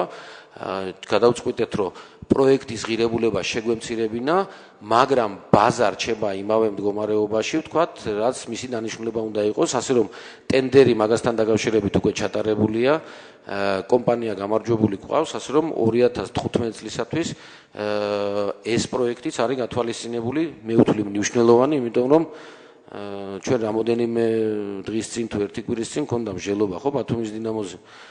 მე ვთვლი და მაშინაც ვახსენე ქალაქის მუნიციპალიტეტის ძირითადი მოვალეობა კლუბებთან დაკავშირებით არის ინფრასტრუქტურის შექმნა. კონკრეტულად ეს ბათუმის დინამოს შეეხება, არ უნდა დადიოდეს ბათუმის დინამო სავარჯიშოდ ქობულეთში და არ უნდა ეძებდეს თქვათ იგივე რაგბის კლუბი და დინამოს კლუბი თქვათ სავარჯიშო მოედნებს სხვა მუნიციპალიტეტების ტერიტორიაზე, ასე რომ ეს საკითხი გადაწყვეტად იქნება 2015 წლისათვის და ბიუჯეტში გათვალისწინებულია. ყველაზე მნიშვნელოვანი პროექტები ასევე მე ვახსენე ეს არის ინფრასტრუქტურული და არის ჯანდაცვისა და სოციალურის. იცით რომ ჯერ კიდე 2014 წელს რამოდენიმე საკითხის ინიცირებით შემოვედით და თუ კი დააკვირდებოდით სხვა მუნიციპალიტეტებში და მათ შორის თბილისის მერიაში პროექტები რომელიც ჩვენ დავიწყეთ კიდევ ერთხელ ხაზგასმით ვამბობ 2014 წელს მე კარგად მახსოვს ჩემს პერიოდში იყო ინიცირება გაკეთებული ჯანდაცვის სამსახურის თანამშრომლებს მე მადლობა მინდა მოუხადო ამ კარგი პროექტის განხორციელებისათვის ეს შეეხებოდა ცგპ-ც და იქ უკვე მოვახდინეთ სოციალურად დაუცველი თუ არ ვცდები 70000 ქულამდე იყო ხო სოფო ქულების მქონე პირებისათვის სკრინინგის ჩატარება ანუ წინასწარი კვლევის თქვათ ამ დაავადების გამოვლენასთან დაკავშირებით მაგრამ ვინაიდან ეს პრობლემა იყო ძალიან აქტუალური და სხვათა შორის უამრავი წერილი შემომივიდა მე ბოლოს მერიაში, სადაც სამთავრობო, არასამთავრობო ნებისმიერი ორგანიზაცია, რომელიც ამ საკითხით იყო დაკავებული სახელმწიფო თუ არასახელმწიფო, ყველა გამოთქვამდა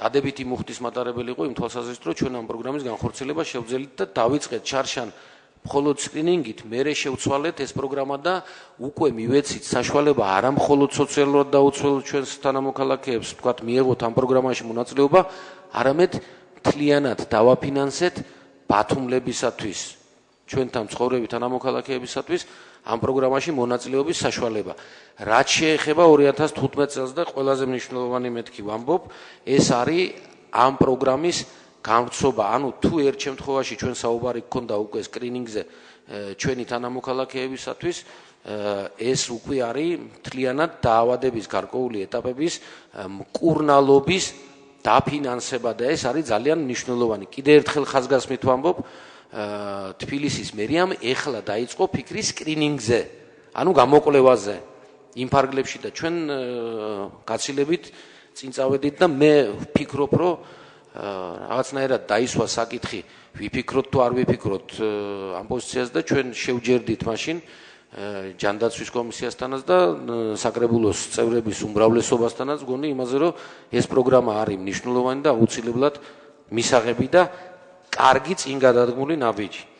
ასევე სოციალური დაცვის პროგრამებში იზრდება უფასო სამედიცინო მომსახურების ბენეფიციართა სასტილოებში ბენეფიციართა რაოდენობა, რომელთა რიცხვი დაახლოებით 800-ით გაიზრდება. ამიტომ დაფინანსების კუთხითაც ესეც გათვალისწინებული არის მომდევნო წლის ბიუჯეტში.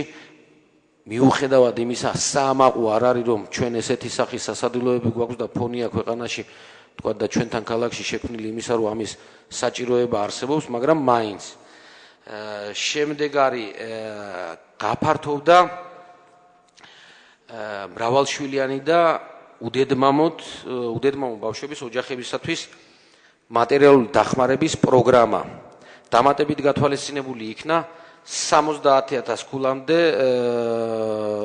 თქვათ პირებისათვის, ქულის მქონე პირებისათვის 3 და 4 შვილიანი ოჯახებისათვის 400 და 500 ლარიანი დანამატის გადახდა. გახსოვთ თქვენ ინიცირება იყო საკრებულოს ზოგიერთი წევრისა, რომ ღირებულება, ანუ თანხა გაზრდილიყო 1000 ლარამდე.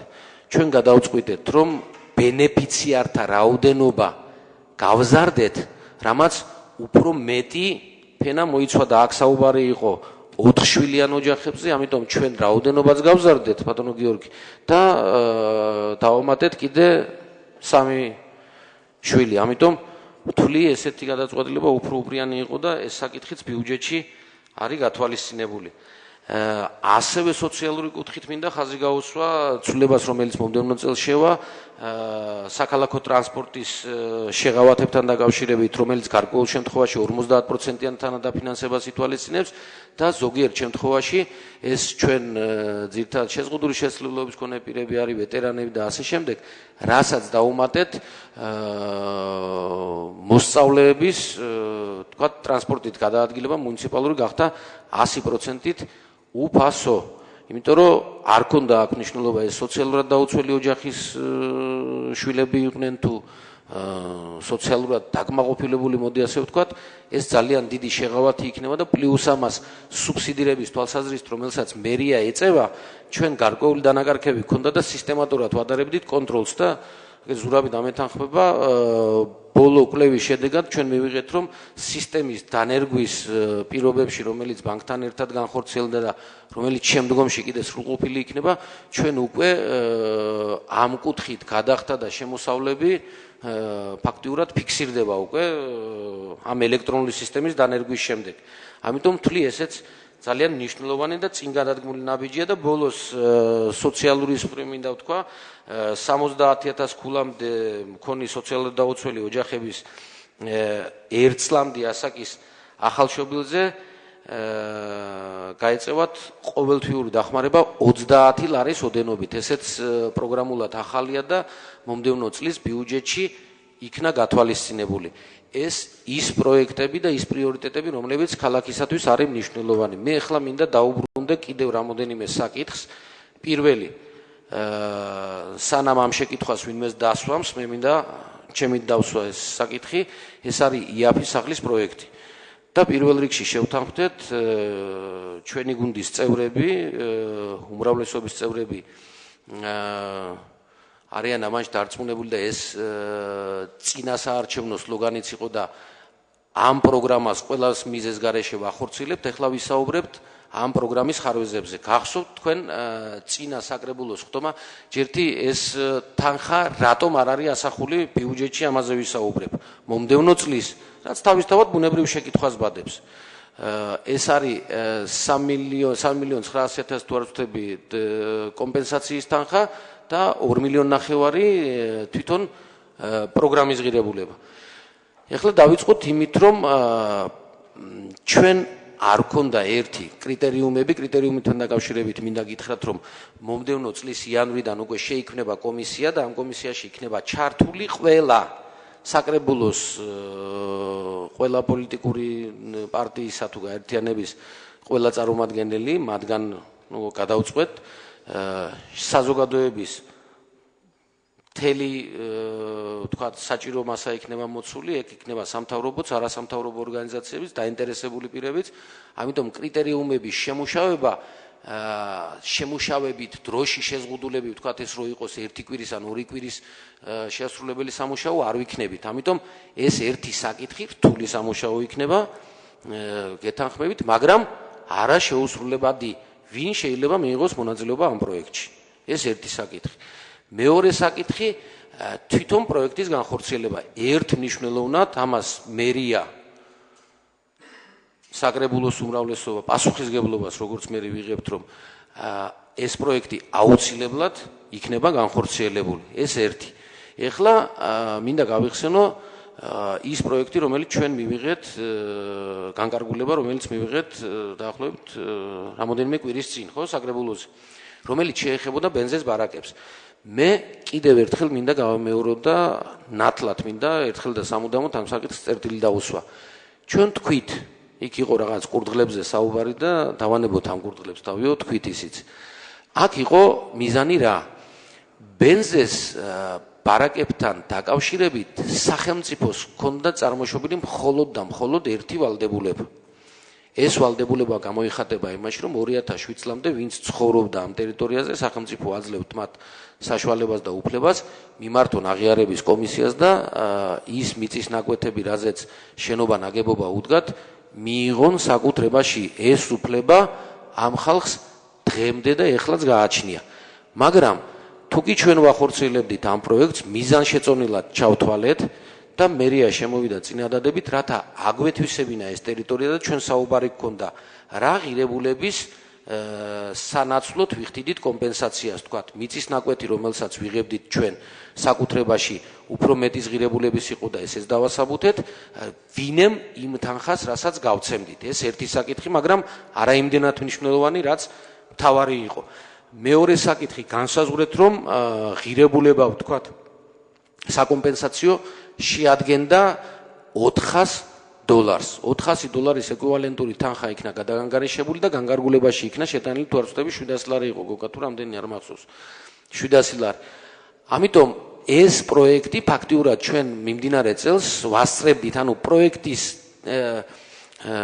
დაპროექტება რომ მომხდარიყო, საჭირო იყო კონკრეტული ტერიტორიის არსებობა. კონკრეტული ტერიტორია არსებობდა, მაგრამ ჩვენ შევარჩიეთ ეს ტერიტორია სწორედ იმ მოტივებით, რაც მე გითხარით. ანუ არ გვექნებოდა ჩვენ იქ გეტო, იქნებოდა, ვთქვათ, მრავალსართულიანი საცხოვრებელი სახლი, რომელშიც იცხოვრებდნენ, შემდგომში შეიძლება სხვებს მიეღო მონაწილეობა და ინფრასტრუქტურულად არ გვექნებოდა წეროვანივით მიღებული დასახლება. ამიტომ სწორედ ეს იყო განსაზღვრული ამ საკითხის დასმისა, მაგრამ ჩვენ მოვახდენდით 2014 წელში კომპენსაციებს, ეს იყო დაახლოებით 2.900.000 ლარი და რატომ ვერ მოხდა ეს და მე მაშინაც თვალნათლივ და გასაგებად და გარკვევით თქვი, ექსპროპრიაცია და ცოტათი უსიამოვნო საუბარიც ჰქონდა. ჩვენ, როდესაც საკითხი დაისვა რა თქვენ ძალის გამოყენებას აპირებთო, მე კიდევ ერთხელ მინდა გაგახსენოთ ჩემი პოზიცია. ვთქვი, ექსპროპრიაცია მიუხედავად იმისა, რომ ითვალისწინებს სახელმწიფოს ინტერესებიდან გამომდინარე რაღაც სახის იძულებით ღონისძიებებს. ეხლაც ვიმეორებ, არ განხორციელდება იძულებითი ღონისძიების არც ერთი შესაძლებლობა გათვალისწინებული კი არა, განხილულიც არ იქნება მეთქი და ვთქვი, დაკმაყოფილების შემთხვევაში თუ კი 100% მოსახლეობიდან ერთი მაინც იტყვის უარს. ეს პროექტი იქ არ განხორციელდება და განხორციელდება სხვაგან მეთქი. ანუ აქ იძულებას არ შეიძლება კონდეს ადგილი. პირველ ეტაპზე გოგა აგერარი შეუძლია გავუკეთოს ანგარიშიც მოსახლეობის 80% თითქმის თანახმა იყო, ანუ შესწავლა როდესაც დავიწყეთ ამ პროცესი და უშუალოდ მოსახლეობასთან საუბარი საკომპენსაციო თანხის მიღებაზე და ისიც მინდა გითხრათ, რომ გარკვეული ნაწილი მოსახლეობის დღესაც თანახმა იმაზე, რომ 700 ლარიანი ანაზღაურება კომპენსაციის სახით მიიღოს. მაგრამ თქვენ იცით, არა მარტო ჩვენს ქვეყანაში, ალბათ მთელ სოფლიოშიც იგივე პროცესები ვითარდება, დაგვემთხვა ჩვენ ვალუტის კურსის, ანუ დოლარის კურსის დევალვაცია დავარქვათ თუ ინფლაცია დავარქვათ, რაც გინდათ ის უწოდოთ, ყოველ შემთხვევაში ის ღირებულება და ის თანხა, რომელიც იყო გათვლილი განგარგულებაში, ფაქტიურად შეიცვალა. ამიტომ კიდევ ერთხელ ვამბობ, ეს იყო შემაფერხებელი მიზეზები, რაც მე ჩამოვთვალე. მაგრამ ეხლა გვაქვს ჩვენ ორი განზრახულობა. მერია მზად არის, კიდევ ერთხელ ვამბობ, მომდევნო წლის ბიუჯეტში და ამას აუცილებლად გააკეთებს, რა პასუხისგებლობაზეც მე გითხარით, იმ პასუხისგებლობის გათვალისწინებით, ეს პროექტი ყველა მიზეზის გარეშე განხორციელდება, თუ კი იანვარში ჩვენ ცვლილებით შემოვალთ ჩვეულებრივად ბიუჯეტში და არ ამგონი მისაღები იქნება, ყველა დაუჭერთ მას მხარს, ჩემი ვარაუდია ესეთი, ჩვენ ცვლილებით შემოვალთ, თუ კი იანვარში მოხდება სტაბილიზაცია მთლიანად ვთქვათ სავალუტო ბაზრისა, ესე ვთქვათ, ჩვენ ამ პროექტს ჩვეულებრივად განვიხილავთ. თუ კი სტაბილიზაცია არ მოხდება, ჩვენ შემოვალთ ცვლილებით საკრებულოს წინაშე პროექტის დამტკიცების პირობებში და ავსახავთ იქ $400 ეკვივალენტურ თანხას ეროვნული ბანკის კურსის შესაბამისად. ანუ ეკვივალენტურ თანხას გადავუხდით. თქვენ გახსოვთ, რომ წინა საკრებულოს ხდომაზე ნებადაღელვა გამოიწვია თანხის ოდენობამ. 400 ყოფილიყო თუ 500. ამიტომ მზად ვართ იმაზე, რომ იაფის სახლის პროექტის ფარგლებში საკრებულოს გადაწყვეტილებაში ცვლილება შევიტანოთ და წინადადებით შემოვიდეთ, რომ განისაზღვროს ეკვივალენტური თანხა ლარში. ასე რომ ამ პროექტის განხორციელებას კიდევ ერთხელ გეუბნებით, არანაირი საფრთხე არ დაემუქრება და ყველა მიზეზ გარეშე მომდევნო წელს წლის დასაწყისში უკვე ჩვენ პირველი კვარტლის განმავლობაში კიდევ ერთხელ ვამბობ, იანვრის ბოლოსათვის ჩვენ უკვე ჩამოყალიბებული პოზიცია ამასთან დაკავშირებით გვექნება პირობებთან და აუცილებლად შემოვალთ ამ წინადადებით. ეს რაც შეეხებოდა იაფ სახს. შევთანხმდებით ამაზე, რასაც მოითხოვს ღირებულება, მერე კომპენსაცია მოხდება თუ არა, კიდევ ერთხელ ვამბობ ხაზგასმით.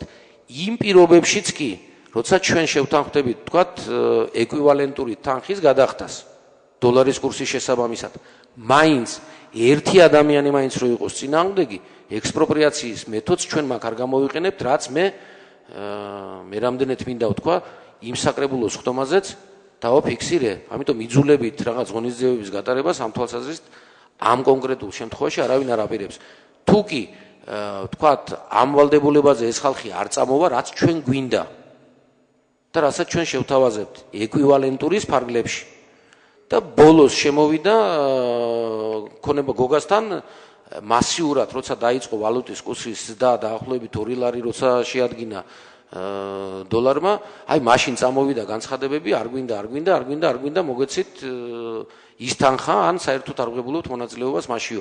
ამიტომ იანვრის ბოლომდე ჩვენ გვექნება კვლევის სრული შედეგი, ბატონებო და ქალბატონებო და იანვარში მე თქვენ ამის შესახებ პირადად საკრებულოს ხდომაზე პროგრამაში ცვლილების შესახებ და ახალი პროგრამის დამტკიცების შესახებ, როდესაც ჩვენ წინადადების განვიხილავთ, მოგახსენებთ.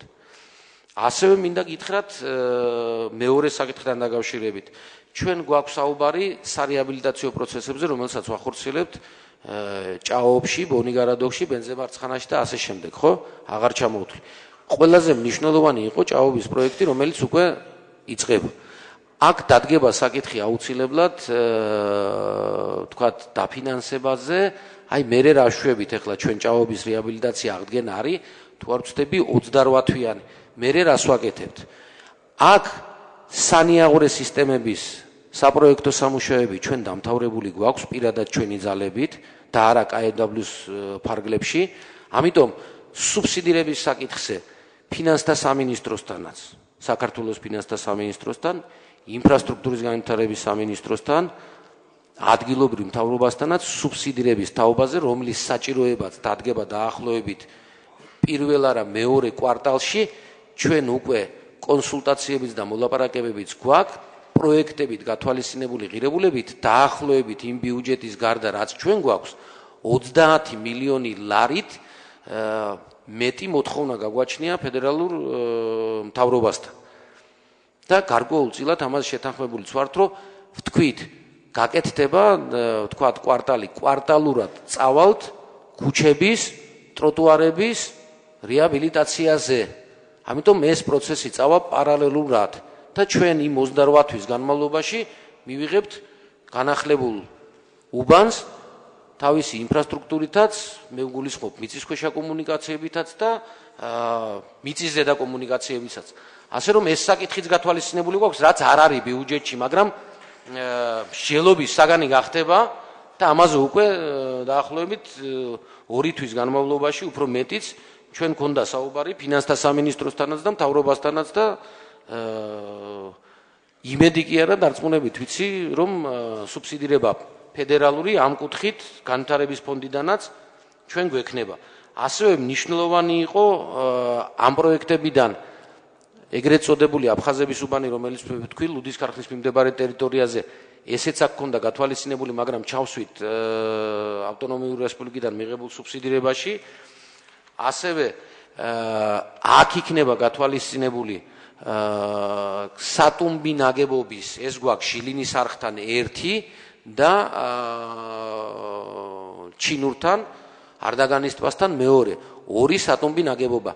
გერმანიაში როდესაც გახდით, მაშინ მოვილაპარაკეთ ჩვენ ბანკთან, ჩვენს პარტნიორთან, 1 სატუმბ ნაგებობას თვითონ გვიფინანსებს ბანკი არდაგანის ტბასთან, წყალჩაშვება თვითონ არხისა მოხდება სამუშაოების შესრულება ჩვენს მიერ, 1 და მეორე შემთხვევაშიც და მეორე სატუმბ დანადგარს ვაკეთებთ ჩვენ და ერთხელ და სამუდამოდ დავისვენებთ იმისგან, რომ სანიაღვრე წყლები დგება, გროვდება. ამიტომ ჩვენ გვექნება საშუალება გადავქაჩოთ ეს და დაახლოებით ეს პროექტი დაგვიჯდება ჩვენ 19 მილიონი ლარი. ამაზეც კიდე ერთხელ ვამბობ, ინფრასტრუქტურის სამინისტროსთან და ფინანსთა სამინისტროსთან ჩვენ ხანგრძლივი პერიოდის განმავლობაში დიალოგი გვაქვს და შეგვიძლია ჩავთვალოთ, რომ ამ კუთხით პრობლემა მომდევნო წლისათვის ჩვენ არ გვექნება ამ სამუშაოებსაც დავიწყებთ. ეს იყო ის ძირითადი საკითხები, რაზეც მე მინდოდა გავამეხვილებინა ყურადღება და თხოვნა იქნება საკრებულოს წევრების მიმართ დაუჭირონ მხარი წარმოდგენილ ბიუჯეტს. დიდი მადლობა.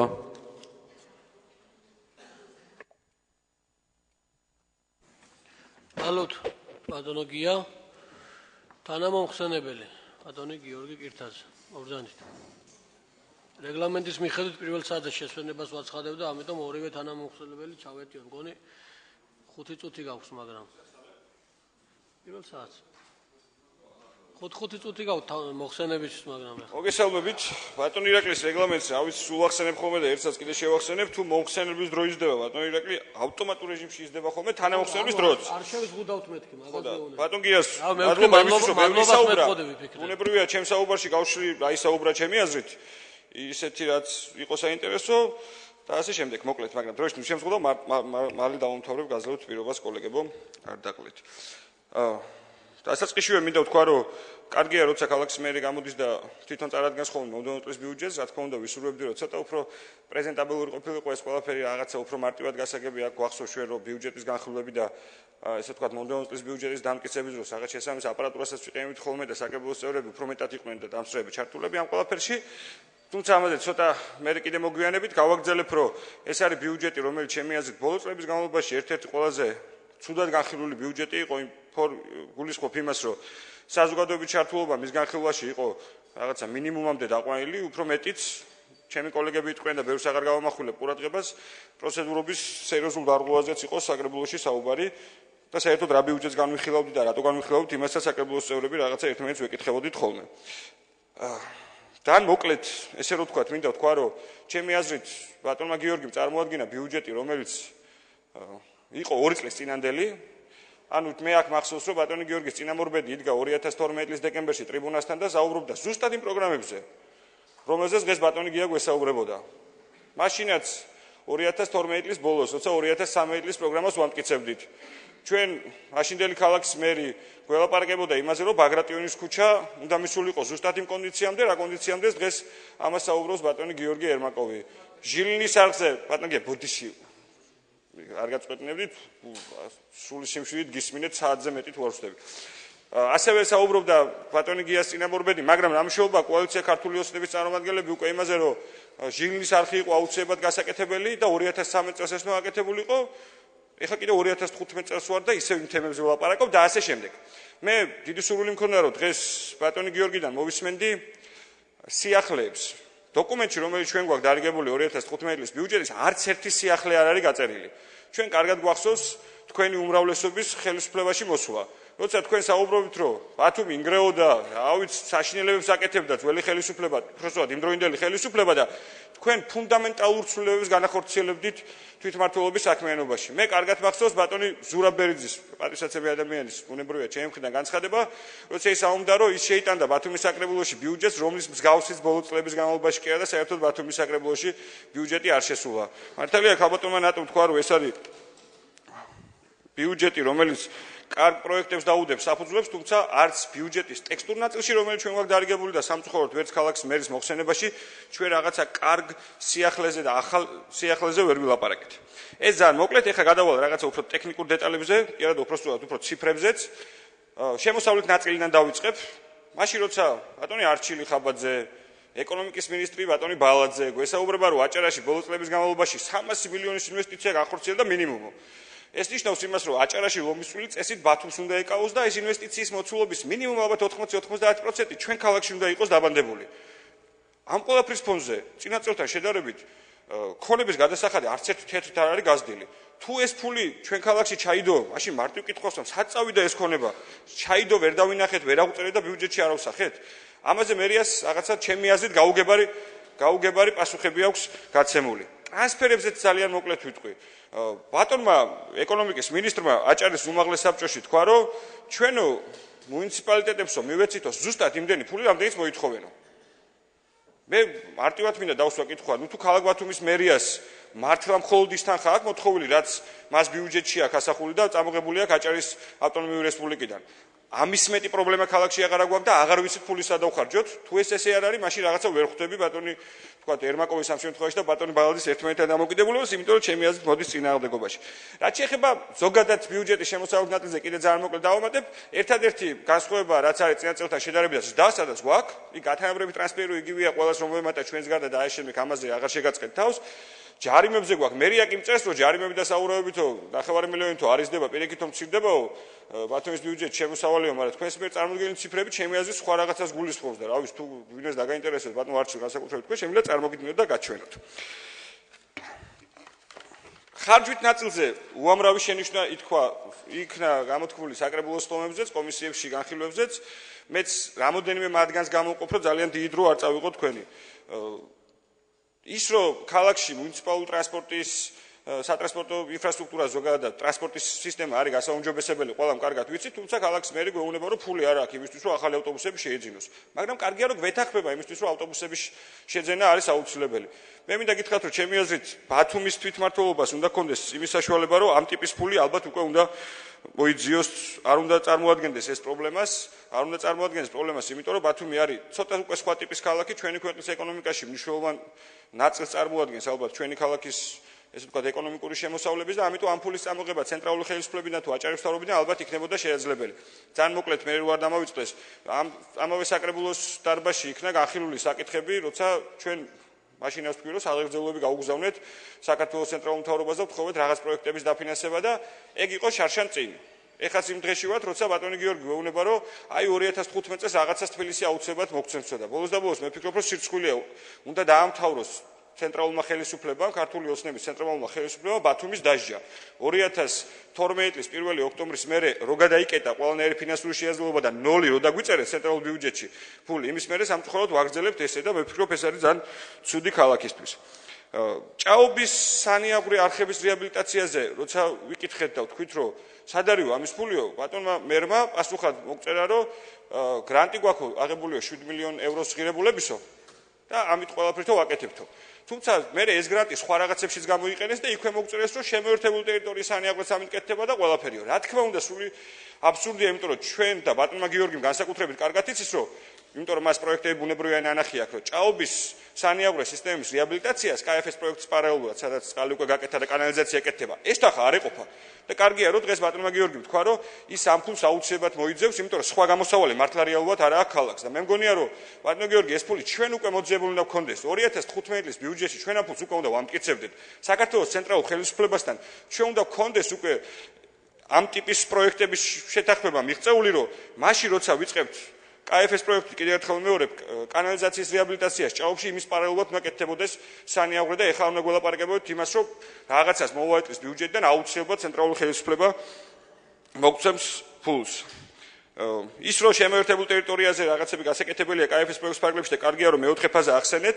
მინდა გითხრათ რომ ეს არის ძალიან მნიშვნელოვანი პროექტი ზოგადად ბათუმის წყლისა და კანალიზაციის სისტემის რეაბილიტაციის ისტორიული არის ეგ რა თქმა უნდა დაიწყო ჩვენმა ხელისუფლებამ და სრული გულწრფელობით მინდა ვთქვა რომ თუ კი რაღაც საშუალება გვაქვს იმისი რომ ამ პროექტს თქვენ ხელისუფლებაში ყოფნის დროსაც შეუწყოთ ხელი ნებისმიერ დროს მზადვართ ბუნებრივია დაგეხმაროთ იმიტომ რომ ეს არ არის არც ჩვენი ხელისუფლების არც თქვენი ხელისუფლების ესე ვთქვათ მხოლოდ საქმე მე მგონია რომ ეს არის ბათუმისთვის ისტორიული მნიშვნელობის პროექტი 100 წლის წინ გაკეთებული კომუნიკაცია ბათუმში არავის გახსენებია და უბრალოდ ვერ გაახსენდათ როგორც ჩანს იმიტომ რომ რთული პროექტი იყო დაწყებულია და იმედია რომ გააგრძელებთ აღარ ვილაპარაკებ იმაზე რომ ჩემი აზრით სრულიად გაუგებარი რაღაც აბსურდული მიზეზების გამო მოხდა ამ პროექტის ერთი წლით შეჩერება. იაფსაღზე ძალიან მოკლედ ვიტყვი და ჩემი კოლეგებიც ამ თემაზე ბევრს ვილაპარაკებენ. საინტერესო მინაწერი გაქვთ ბიუჯეტის კორექტირებულ ბიუჯეტში, ასე ვთქვათ. თუმცა ჩემი ეს არ არის კორექტირებული ბიუჯეტი, მართლა ახალი ბიუჯეტია, ამაზე ყობა ისაუბრებს მე. იქ წერთ რომ იაფის სახის პროექტიო ვერ განვახორციელეთო, იმიტომ რომ ბათუმის საკრებულომო თავისი გადაწყვეტილებითო შეცვალა ადგილი სახლის მშენებლობისო. ჯერ მინდა გითხოთ რომ ბათუმის საკრებულოს არ გამოუყვია საერთოდ ადგილი ამ სახლის მშენებლობისთვის. ის ადგილი, რასაც თქვენ გონიათ, რომ შევცვალეთ, ბათუმის საკრებულოს გადაწყვეტილებით არ ყოფილა გამოყოფილი. და მეორეც, ბოლოს და ბოლოს ბათუმის საკრებულოზე დაბრალება იაფის სახლის პროექტის არ გახორციელების, მე მგონი არის სირცხვილი. როცა ამ პროექტს ვამტკიცებდით 2014 წლის დეკემბერი იყო უკვე, მაშინ ძალიან მარტივი კითხვა დავსვი, რომ კარგია, როცა სახლს აშენებთ. სახლს ჩვენს ვაშენებდით, თქვენც უნდა აშენოთ, თქვენს მერე მთავრობაც უნდა აშენოს, იმიტომ რომ ჩვენ რაღაცა კომუნისტების პერიოდის მერე ქვეყანა იყო მკვდარი, არცად არაფერი არ ხდებოდა და ჩვენ დროს დაიწყო სახლების მშენებლობა და კარგია რომ აგრძელებთ. გავიგე რომ ჩვენი დაწყებული ბარაკები აღარ გინდათ ბარაკების პროგრამა და რაღაცა სხვა გინდოდათ და ამას დაარქვით იაფის სახლი. რატომ ინაკი სოციალურ სახლსაც იძახო და რა ვიცი, მოკეთ 900 სახელი ქონდა. მარტივი კითხვა დავსვით გასული წლის აღარ მახსოვს რომელი ის იყო, ალბათ 30-31 დეკემბერს რომ ვისთვის შენდებოდა ეგ სახლი აგეხსნათ.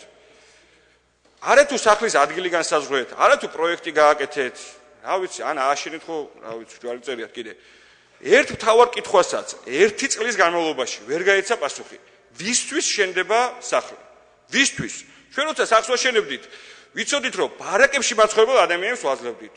ჩვენ როცა სახლს ვაშენებდით, ვიცოდით რომ გზა გავყავდა და იქ მაცხოვრებელ ადამიანებს მაცხოვრებელ ადამიანებს ვაძლევდით. მათ შორის საბინაო ფონდი დღესაც ესე ვთქვათ, მრავლად გაქვს ჩვენ, მათ შორის ჩვენს მიერ დატოვებული.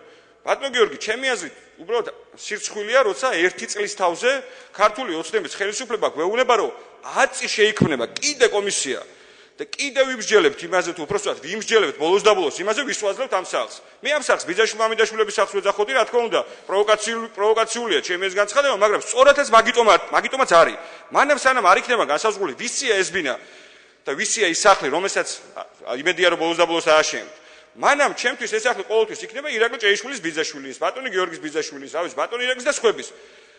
არ ვიცი, მე თქვენ ბიძაშვილები, მე მგონი ცოტანი არიან ქალაქში. ერთ სახლი არ დაჭირდებათ მათ, მაგრამ ყოველ შემთხვევაში მანამ სანამ არ დაწერთ, ვისია ეს სახლი, მანამ საზოგადოებას ექნება ეს ეჭვები და უნებრივია საზოგადოება იქნება მართალი. კომპენსაციების თემას ძალიან მოკლედ მინდა გამოვეხმაურო. როცა რა ვიცი, 3 თვის წინ დაახლოებით, ხო, როცა ბათუმის საკრებულოში განიხილებოდა საკითხი და ამბობდით, რომ თამარის დასახლებაში ბარაკებში მაცხოვრებელ ადამიანებსო, სხვა გზა არა გვაქვს, ამ პროგრამით უნდა წავიდეთო, რომ ფული მივცეთო და რაღაცნაირად ამ ხალხსო უკეთესი საცხოვრებელი პირობები შევქმნათო. ჩვენ წარმოგიდგინეთ, მაშინ პროექტი ბათუმის ბარაკების გარეშე, სადაც გითხეთ, რომ ძალიან ჩვეულებრივად შეგეძლოთ, ისევ როგორც ჩვენ ვაკეთებდით ამას, ამ ბარაკების დანგრევის ხარჯზე აგეშენებიათ კორპუსი და ამ ადამიანებისთვის მიგეცათ ბინები. თქვენ მაშინ თქვით, რომ ეს კანონმდებლობით არ შეიძლებოდა. ჩვენ მე დაგისაბუთეთ, რომ ეს კანონმდებლობით შეიძლებოდა. ამის მიუხედავად, ჯიუტად იძახით, რომ იმ ხალხს უნდა მივცეთ კომპენსაციაო. მარტივად მინდა ბატონო გიორგი აგეხსნათ. ვერ მიაღწევთ ამ შეთანხმებებს. იმედია თქვენს გაქვთ კავშირი, მაგრამ ჩვენც ვიცნობთ იქ მაცხოვრებელ ადამიანებს. ამ ხალხს ვიცნობთ ძალიან დიდი ხანია. ეს ადამიანები ძალიან სწორად უყურებენ ამ პროცესს. ის თანხა, რასაც თქვენ თავაზობთ და ლარის დევალვაცია და რაღაცა ეკონომიკური კრიზისი, საერთოდ არ იყო 2 თვე ქონდათ მანამდე პერიოდი, ხო, სანამ ლარი გაუფასურდებოდა. ვერ მიაღწიეთ შეთანხმებას და ვერც მიაღწევთ, ბატონო გიორგი, იმიტომ რომ ბოლო 9 წლის განმავლობაში თქვენ ესე კარგად ახსენებთ ემთხოვე. ბათუმში არათვისებულა არც ერთი ოჯახი, რომელსაც მხოლოდ მიეცა ფინანსური კომპენსაცია სანაცვლოდ სახლის დანგრევისა. ეგ იყო სწორი ნაბიჯი. არ შეიძლება ბარაკში მაცხოვრებელ ადამიანს მისცე ფული და უთხრა წადი შენ თვითონ იყიდე. ბინა თან ის ფული, რომელთაც ბინას ვერ იყიდის, თქვენ ჩემზე კარგად იცით. მაშინ როცა ჯერთი კანონის დარღვევით 2.100.000 დაამტკიცა ბათუმის საკრებულომ და ეს ბიუჯეტი მერე კომპენსაციებისა რატომღაც გახდა 2.937.000 და კომპენსაციების პროგრამაში კიდე ეს თემა საერთოდ არ არის ნახსენები. ამაზე მერე ცალკე.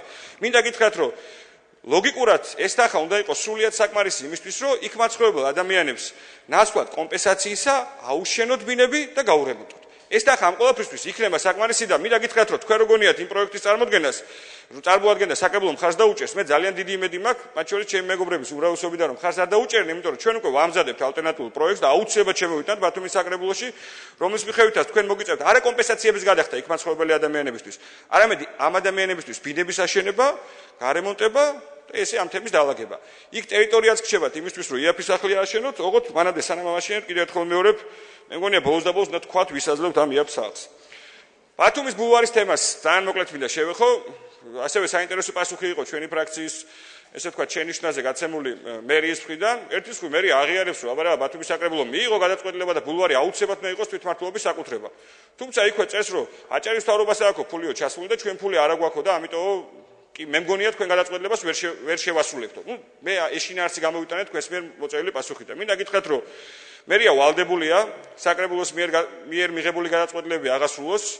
თქვენ არ გვაქვს ყველანაირ კანონს არანაირი ცხრათვი არ ჭირდება წარმოებას იმისთვის, რომ აჭარის მთავრობასთან შეწყდეს უზურპუქტის ხელშეკრულება და ბათუმის ბულვარი ბოლოს და ბოლოს დაუბრუნდეს თვითმმართველობას მართვაში. მინდა გითხრათ, რომ ბათუმის საკრებულომ ეს გადაწყვეტილება მართალია ჩვენი ნაციონალური მოძრაობის ინიციატივით მიიღო, მაგრამ მასში საკრებულოს თავმჯდომარე იყო ბატონი ირაკლი ჩავლეიშვილი, ქართული ოსნების ერთ-ერთი მთავარი ლიდერი, რომელმაც მხარი დაუჭირა ამ ყველაფერს. მხარი დაუჭირა მარტივი მიზეზის გამო, იმიტომ რომ ბათუმის საკრებულოს წევრები მაშინ შევთანხმდით და დღესაც მე მგონია იმედია ვთანხმდებით, რომ აჭარის მთავრობა მავნებლობს ბათუმის ბულვარში. ამიტომ გადაწყვიტა მაშინ ბათუმის საკრებულომ, რომ ბულვარი ყოფილიყო თვითმმართველობის საკუთრება. თუ ბათუმის საკრებულომ გადაწყვიტა და თქვენ კანონით გევალებათ, რომ ბათუმის საკრებულოს გადაწყვეტილება შეასრულოთ, ბატონო გიორგი, დიდი დროა გასული იმისთვის, რომ ეს საკითხი დაგელაგებიათ. ის რომ ფული არ გაქვთ, არასწორი არგუმენტია. მე ახლა აჭარის მთავრობის ბიუჯეტი საიდან ივსება, ყველამ კარგად ვიცით. და ვიცით, რომ ჩვენს მიერ გადახდილი გადასახადებიდანაა და ლომისწული ამაში ბუნებრივია შეაქ ბათუმს. და ამიტომ ის რომ 5 მილიონი ლარი გამოვაყოლოს აჭარის მთავრობამ თვითმმართველობას ბათუმის ბულვართან ერთად, მე მგონია არ უნდა წარმოადგენდეს პრობლემას. ამას ძალიან მარტივი კომუნიკაცია ჭირდება და ალბათ მეტი არაფერი. თუმცა მე არ ვიცი რატომ, მე ვიცი თქვენიც, მათ შორის საკრებულოს უმრავლესობის პოზიციას, რომ ეთანხმებით იმას, რომ ბათუმის ბულვარი იყოს ჩვენ მართვაში, მაგრამ არ ვიცი რა ხდება იმ დროს, როცა თქვენ ამ საქმეზე სალაპარაკოთ მიდიხართ ბატონ ხაბაძესთან.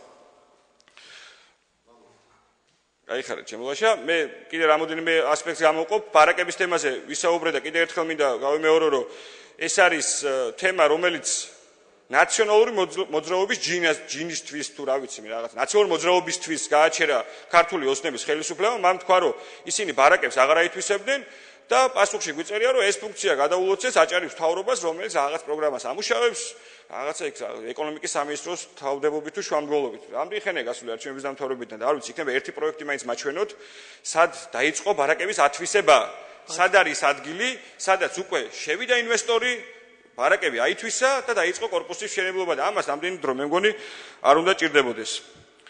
ავარიული სახლების თემასაც 2-3 სიტყვით გამოვეხმაურები, ბატონმა გიორგიმ თქვა, რომ ერისთავის ქუჩაზე უბრალოდ ბაგრატიონის გზის რეაბილიტაციის დროს მან 5 სართულიან სახლს გზა ააცილა და გადაიყვანა 2 სართულიანი სახლის მხარეს და ამიტომ მან აითვისა 2 სართულიანი სახლი და არ აითვისა 5 სართულიანი სახლი.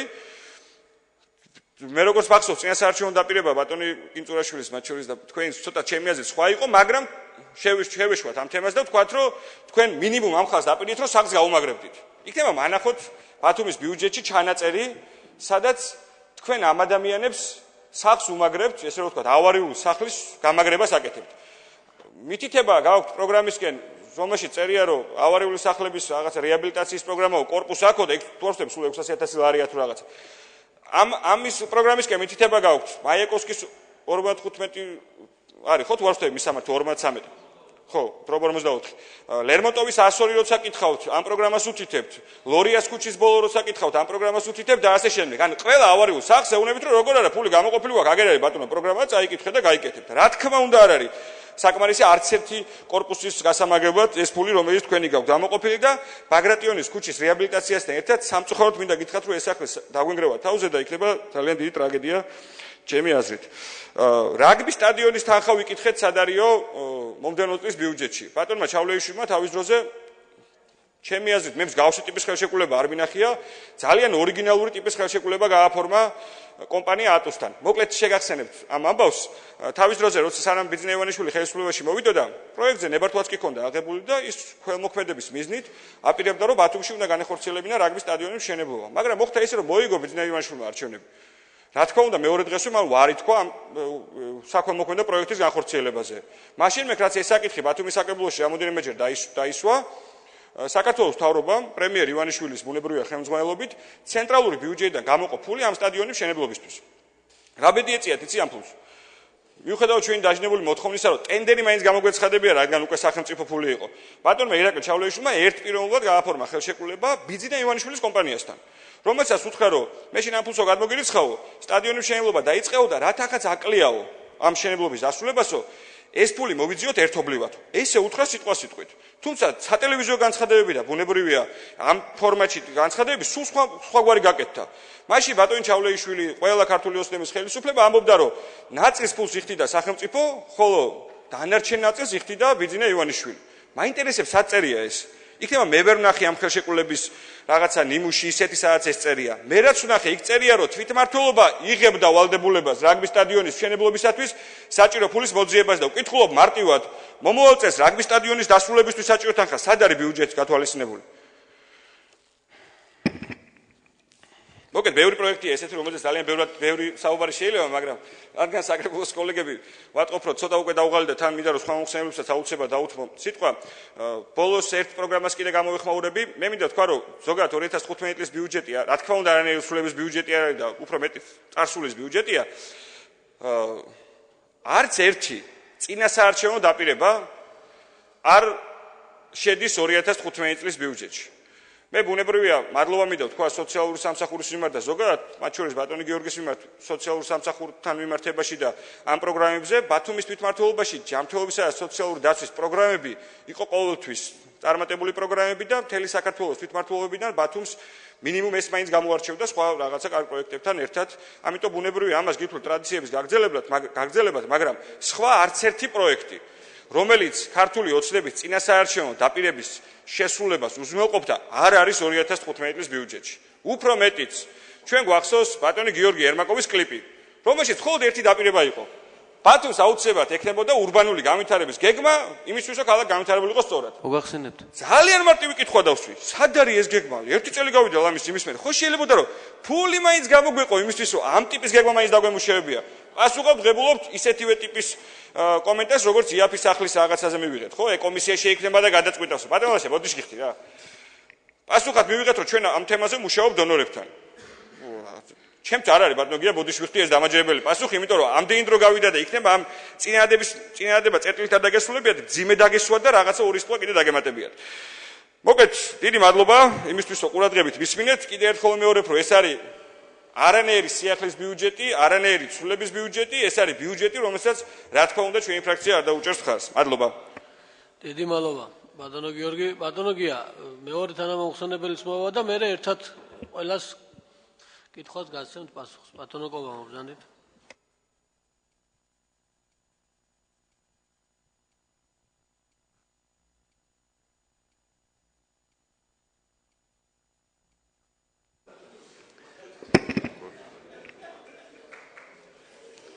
მოგესალმებით. მინდა წარმოგიდგენოთ ფრაქცია თავისუფალი დემოკრატების მოსაზრებები ბიუჯეტთან დაკავშირებით, თუმცა კიდევ ერთხელ მინდა აღვნიშნო ის გარემოება, რომ ბიუჯეტი, რომელიც დღეს არის განსახილველი, აბსოლუტურად სხვა ბიუჯეტია და არსებითად განსხვავდება იმ დოკუმენტისგან, რომელიც წარმოდგენილი იყო პირველ ვერსიად. საქმე ეხება ისევ და ისევ გავიმეორებ 17 მილიონი ლარის დამატებას, რომელიც მექანიკურად განახორციელა ამ შემთხვევაში მერიამ, მაგრამ პრობლემა მდგომარეობს შემდეგში, რომ არც ფრაქციის წარმომადგენლებს და ამ შემთხვევაში კიდევ ერთხელ ვიტყვი, რომ კანონმდებლობით ფრაქციებს აქვს უპირატესი შენიშვნის უფლება, ანუ კერძოდ კი ფრაქციის მიერ დაწერილი შენიშვნა ნიშნავს იმას, რომ მისი წონა ნიშნავს იმას, რომ ის შეიძლება იყოს დაყენებული კენჭისყრაზე და სწორედ იმ შენიშვნის პირველად ვერსიასთან დაწერილი შენიშვნის შესაბამისად შეიძლება ბიუჯეტის დაძლევის განხორციელება. მე ამით იმის თქმა მინდა, რომ ფრაქციის უფლება და ეს არის კანონით და აგრეთვე წევრების უფლება, 1/13 საკრებულოს წევრთა უფლება იქნა შელახული. ჩვენი მსჯელობის კომისიებში მსჯელობის შედეგად და ბიუროს თომაზეც არ იქნა მხარდაჭერილი ჩვენი ფრაქციის ინიციატივა, რომ მომხდარიყო პირველადი ვერსიის განხილვა და არა გაზრდილი ბიუჯეტის პარამეტრების განხილვა, მაგრამ მიუხედავად ამისა მე ვალდებული ვარ ჩემი პოზიცია დავაფიქსირო და აქვე ვთქვა, რომ აუცილებლად დავიწყებთ საქართველოს პარლამენტში ფრაქცია თავისუფალ დემოკრატებთან ერთად უკვე მუშაობას, რომ საკანონმდებლო ხარვეზი თუ რაღაც ვალდებულებების კომპონენტი ჩაიდოს აღნიშნულ რეგულაციებში. რაც შეეხება წარმოდგენილ ბიუჯეტს და სიმართლე გითხრათ, ოდნავ განსხვავებულად ვაპირებდი გამოსვლას, მაგრამ როგორც გამომსვლელები ამბობენ, როგორც თქვენს მათ აღნიშნეს რამოდენიმე შტრიხი, ისევე მეც მინდა ჩემი ესეთი ექსპრომტული მოსაზრებები გითხრათ, თუმცა ნაწილობრივ რაღაც თემებთან დაკავშირებით მომზადებულიც ვარ. პირველი ეს არის სიახლეების არქონა, რასაც ჩემდა გასაკვირად ნაციონალური მოძრაობა ამბობს და მივესალმები მათ ასეთ ნათქვამს. მე მინდა სიახლეების დეფიციტი ფაქტობრივად გავაჟღერო, ანუ რაში არ გვაქვს სიახლე. ჩვენ არ გვაქვს სიახლე კულტურასთან დაკავშირებით, ჩვენ არ გვაქვს სიახლე სპორტთან დაკავშირებით.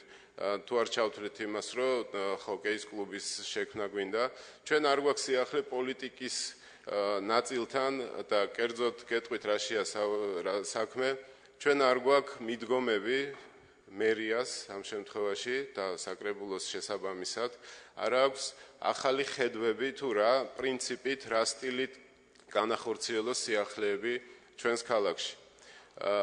აბსოლუტურად კოპირებული პროგრამები და პროექტები, რომლებიც გაგვაჩნია და სხვათა შორის აქვე მინდა ამ დარბაზის ჩვენი მრჩეველთა დარბაზის პოზიციაც მაინტერესებს და ამაზე ალბათ სავარაუდოდ შემდეგ ვისაუბრებთ, მაგრამ მე ვიცი მათი განცხადებების დონით რაც ითქვა, რომ ბიუჯეტი არ არის შესაბამისად გამჭვირვალე, ეს ერთი კომპონენტი არ არის მონაწილეობა საზოგადოების სათანადოდ ასახული და აქვე მინდა გითხრათ, თუნდაც კვლევების კომპონენტი, რომელიც ასე აუცილებელია ქალაქში და ამის აუცილებლობა მე ჩემს კოლეგებს შეგახსენებთ, რომ ახალგაზრდებმა გამოთქვეს წარმოგვიდგენეს ორი პროექტი, ეს იყო შეზღუდული შესაძლებლობის მქონე პირთა საჭიროებების კვლევა და მათი მიდგომა მაშინ სწორედ იმიტომ მოგვეწონა ჩვენ, რომ სწორედ ახალგაზრდებმა დაინახეს, რომ კვლევით უნდა დაიწყოს საქმის კეთება და მიდგომების და პოლიტიკის განსაზღვრა და არა იმ მექანიკური გადანაწილების თანხების, რომელიც შეიძლება რამოდენიმე ადამიანს ჰქონდეს უბრალოდ იდეა თავში, ამიტომ საზოგადოებაზე დაყრდნობილი პოლიტიკის წარმოება ეს არის მთავარი ხარვეზი ამ ბიუჯეტის. მე მინდა გავამახვილო ყურადღება აგრეთვე პრიორიტეტებზე, სადაც საერთოდ გამქრალია ტურიზმის კომპონენტი. შეიძლება ითქვას, რომ გვიპასუხონ, რომ ტურიზმის სააგენტოს და ტურიზმის დეპარტამენტს აქვს რაღაც ინოვაციური პროექტები, თუმცა დამერწმუნეთ აჭარის ბიუჯეტშიც და იმ პროგრამებშიც ჩავხედე და მსგავსი სიახლე იქაც დეფიციტია.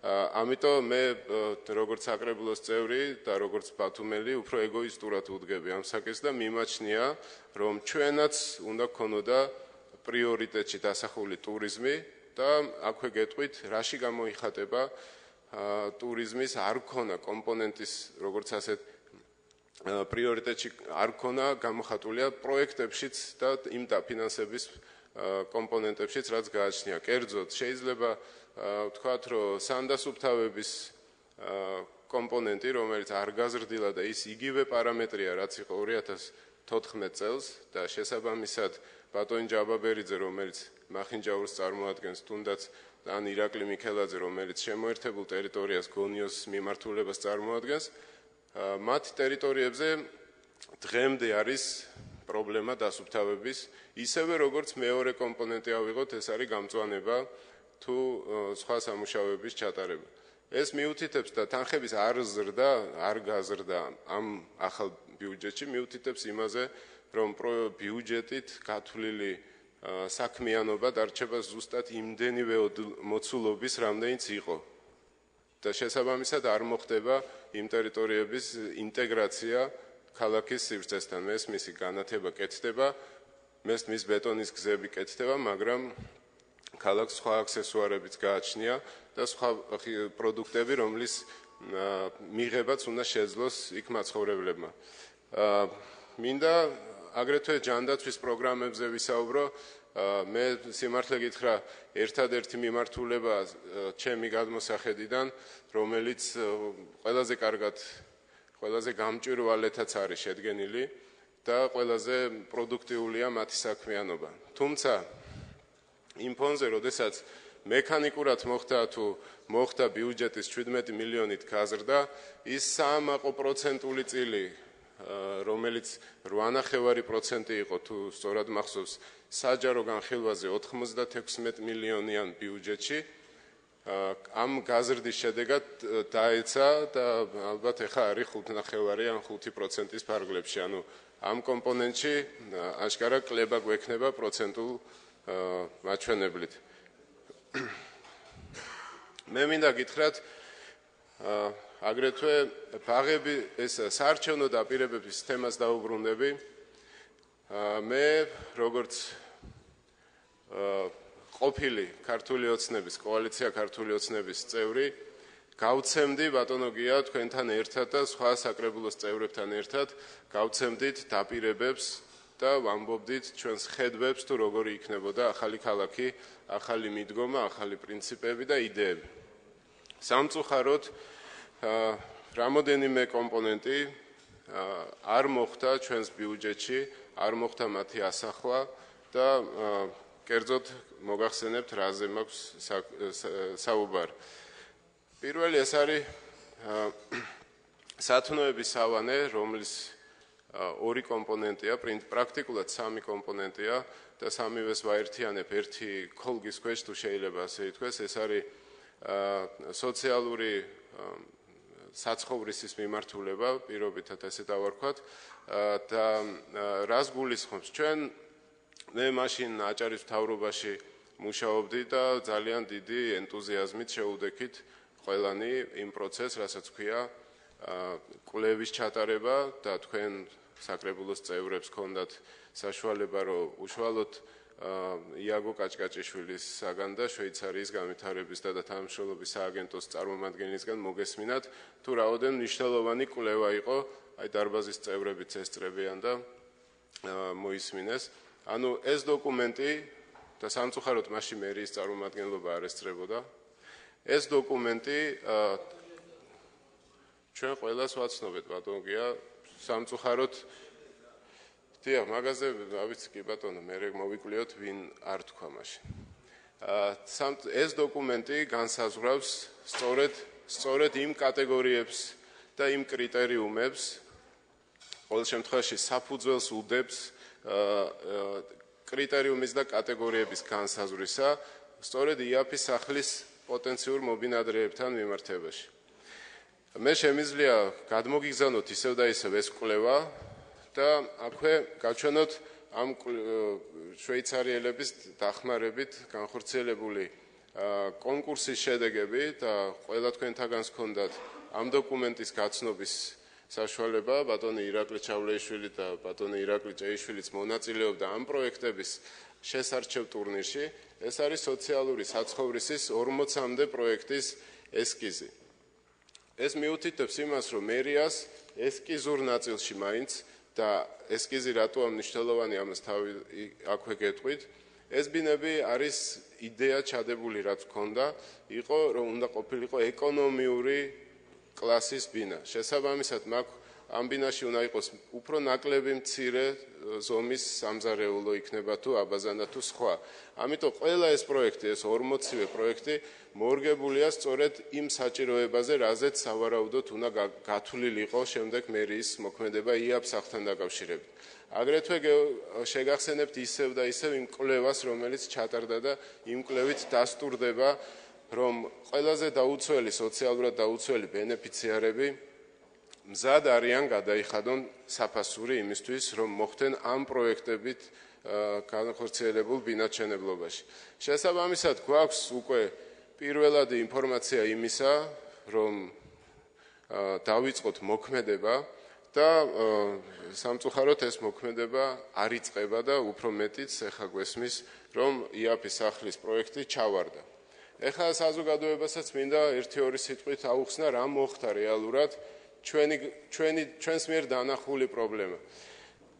სამწუხაროდ მივიღეთ, რომ 2013 წელს დამტკიცებულ ბიუჯეტში, ანუ 2014 წლის ბიუჯეტში იანვრის თვიდან უნდა დაწყებულიყო იაფის სახლის მშენებლობა და ამაზე იყო გამოყოფილი პროექტი, პროგრამა, რომელთაც უნდა დაწყებულიყო თვეების მიხედვით, ანუ კალენდარის მიხედვით შესაბამისი აქტივობა.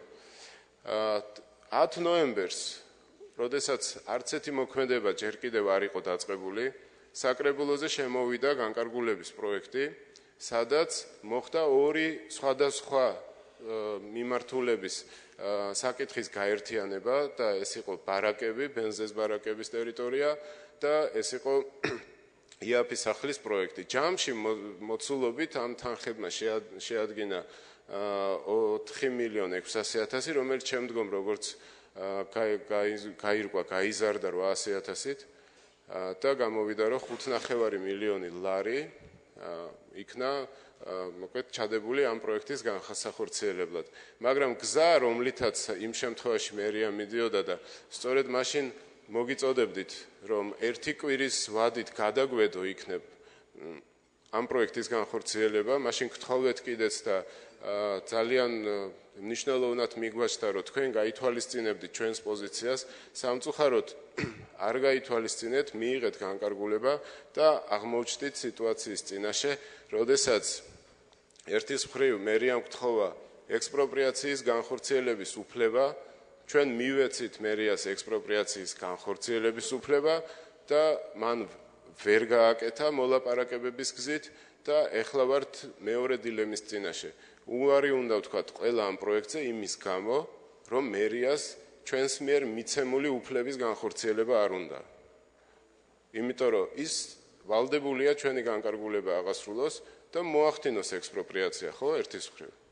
ეხლა გამოდის, რომ ისევ ჩვენ უნდა დავიხიოთ უკან, ჩვენ უნდა ვთქვათ უარი ბარაკების კომპენსაციაზე, მაგრამ ამ შეჯვარებულ ვარიანტში, როდესაც ორი აბსოლუტურად განსხვავებული პროექტი მივაბით ერთმანეთს, გამოდის, რომ ორივე ბარაკების მაცხოვრებლებიც და პოტენციურად ბენეფიციარები იაფის სახლის ორივე ზარალდება. და ჩვენ სანაცვლოდ არ გვექნება არც ერთი კმაყოფილი მოქალაქე ამ 160 ოჯახიდან.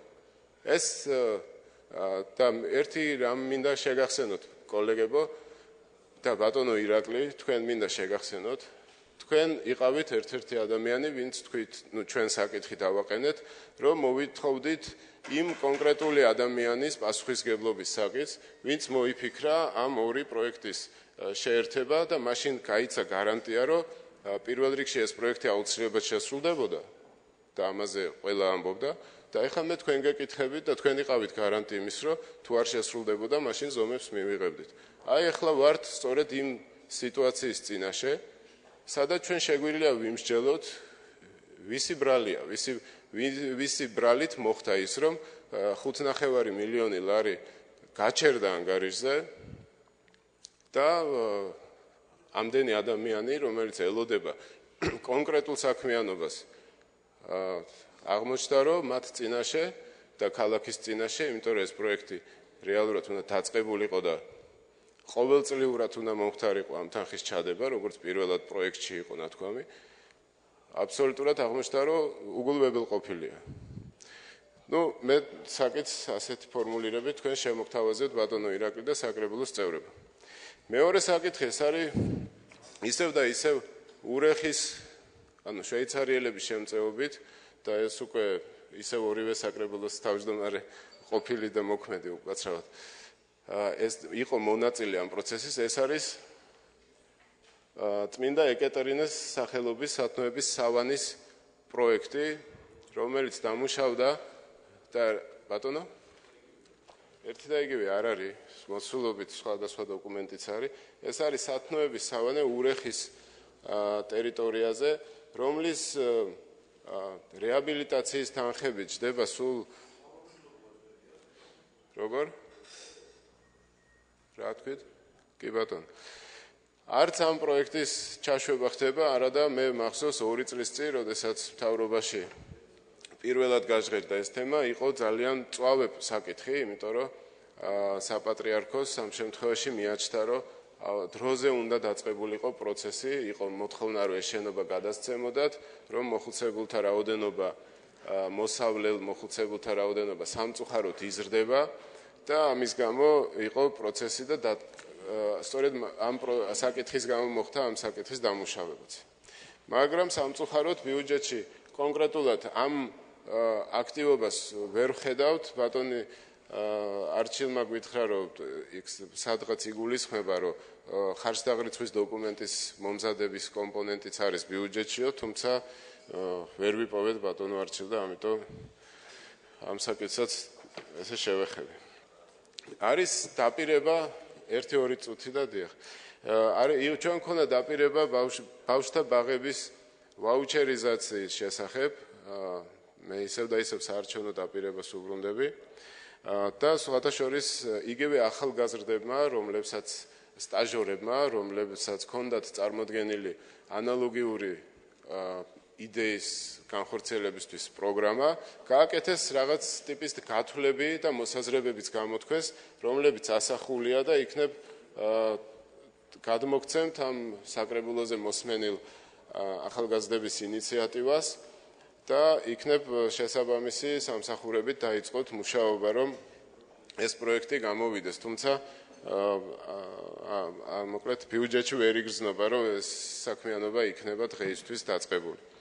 და მე როგორც რუსთაველის დასახლების მაჟორიტარს მინდა გულისტკივილი თქვა ერთი ფაქტის გამო, რომ ბავშვთა ბაღი არ აგვაქვს რუსთაველის დასახლებაში, ყოველ შემთხვევაში სიმცირეა და გეტყვით, რომ ის ბავშვთა ბაღები, რომლებიც იყო ტრადიციული თუ მოქმედი განლაგებული ამ ტერიტორიებზე, მათი რაოდენობა იმ ინფრასტრუქტურული თუ ბინადმშენებლობის ფონზე მოკლედ საკმარისი აღარ არის ადგილები და ამიტომ არის ძალიან მწვავე დეფიციტი. ამიტომ მე ვისურვებდი, რომ რაიმე ფორმით, არ ვიცი ეს იქნება კერძო ინვესტორის წახალისება რაღაც სიმაღლეების ხარჯზე თუ ეს იქნება რამე ეზოში ფართის მოძებნა, რომელშიც შეიძლება აშენება, არ ვიცი, ეს უკვე სამსჯელო თემაა. ყოველ შემთხვევაში მოთხოვნა ბავშვთა ბაღებზე არის ძალიან მწვავე ჩემს დასახლებაში, ისევე როგორც ვიცი თამარის დასახლების მოთხოვნა და საკრებულოს ხდომებზეც ქონდა საუბარი, რომ გარემონტდეს ბენზეში პოლიციის შენობის ტერიტორიის რაღაც გვერდზე მდებარე რაღაც ფართი, რომელშიც მოხდებოდა და ამაზე გვითხრეს, რომ შეიძლება ამ პროცესის განხილვა, მაგრამ პროცესის განხილვა არ დაწყებულა სამწუხაროდ ჯერჯერობით.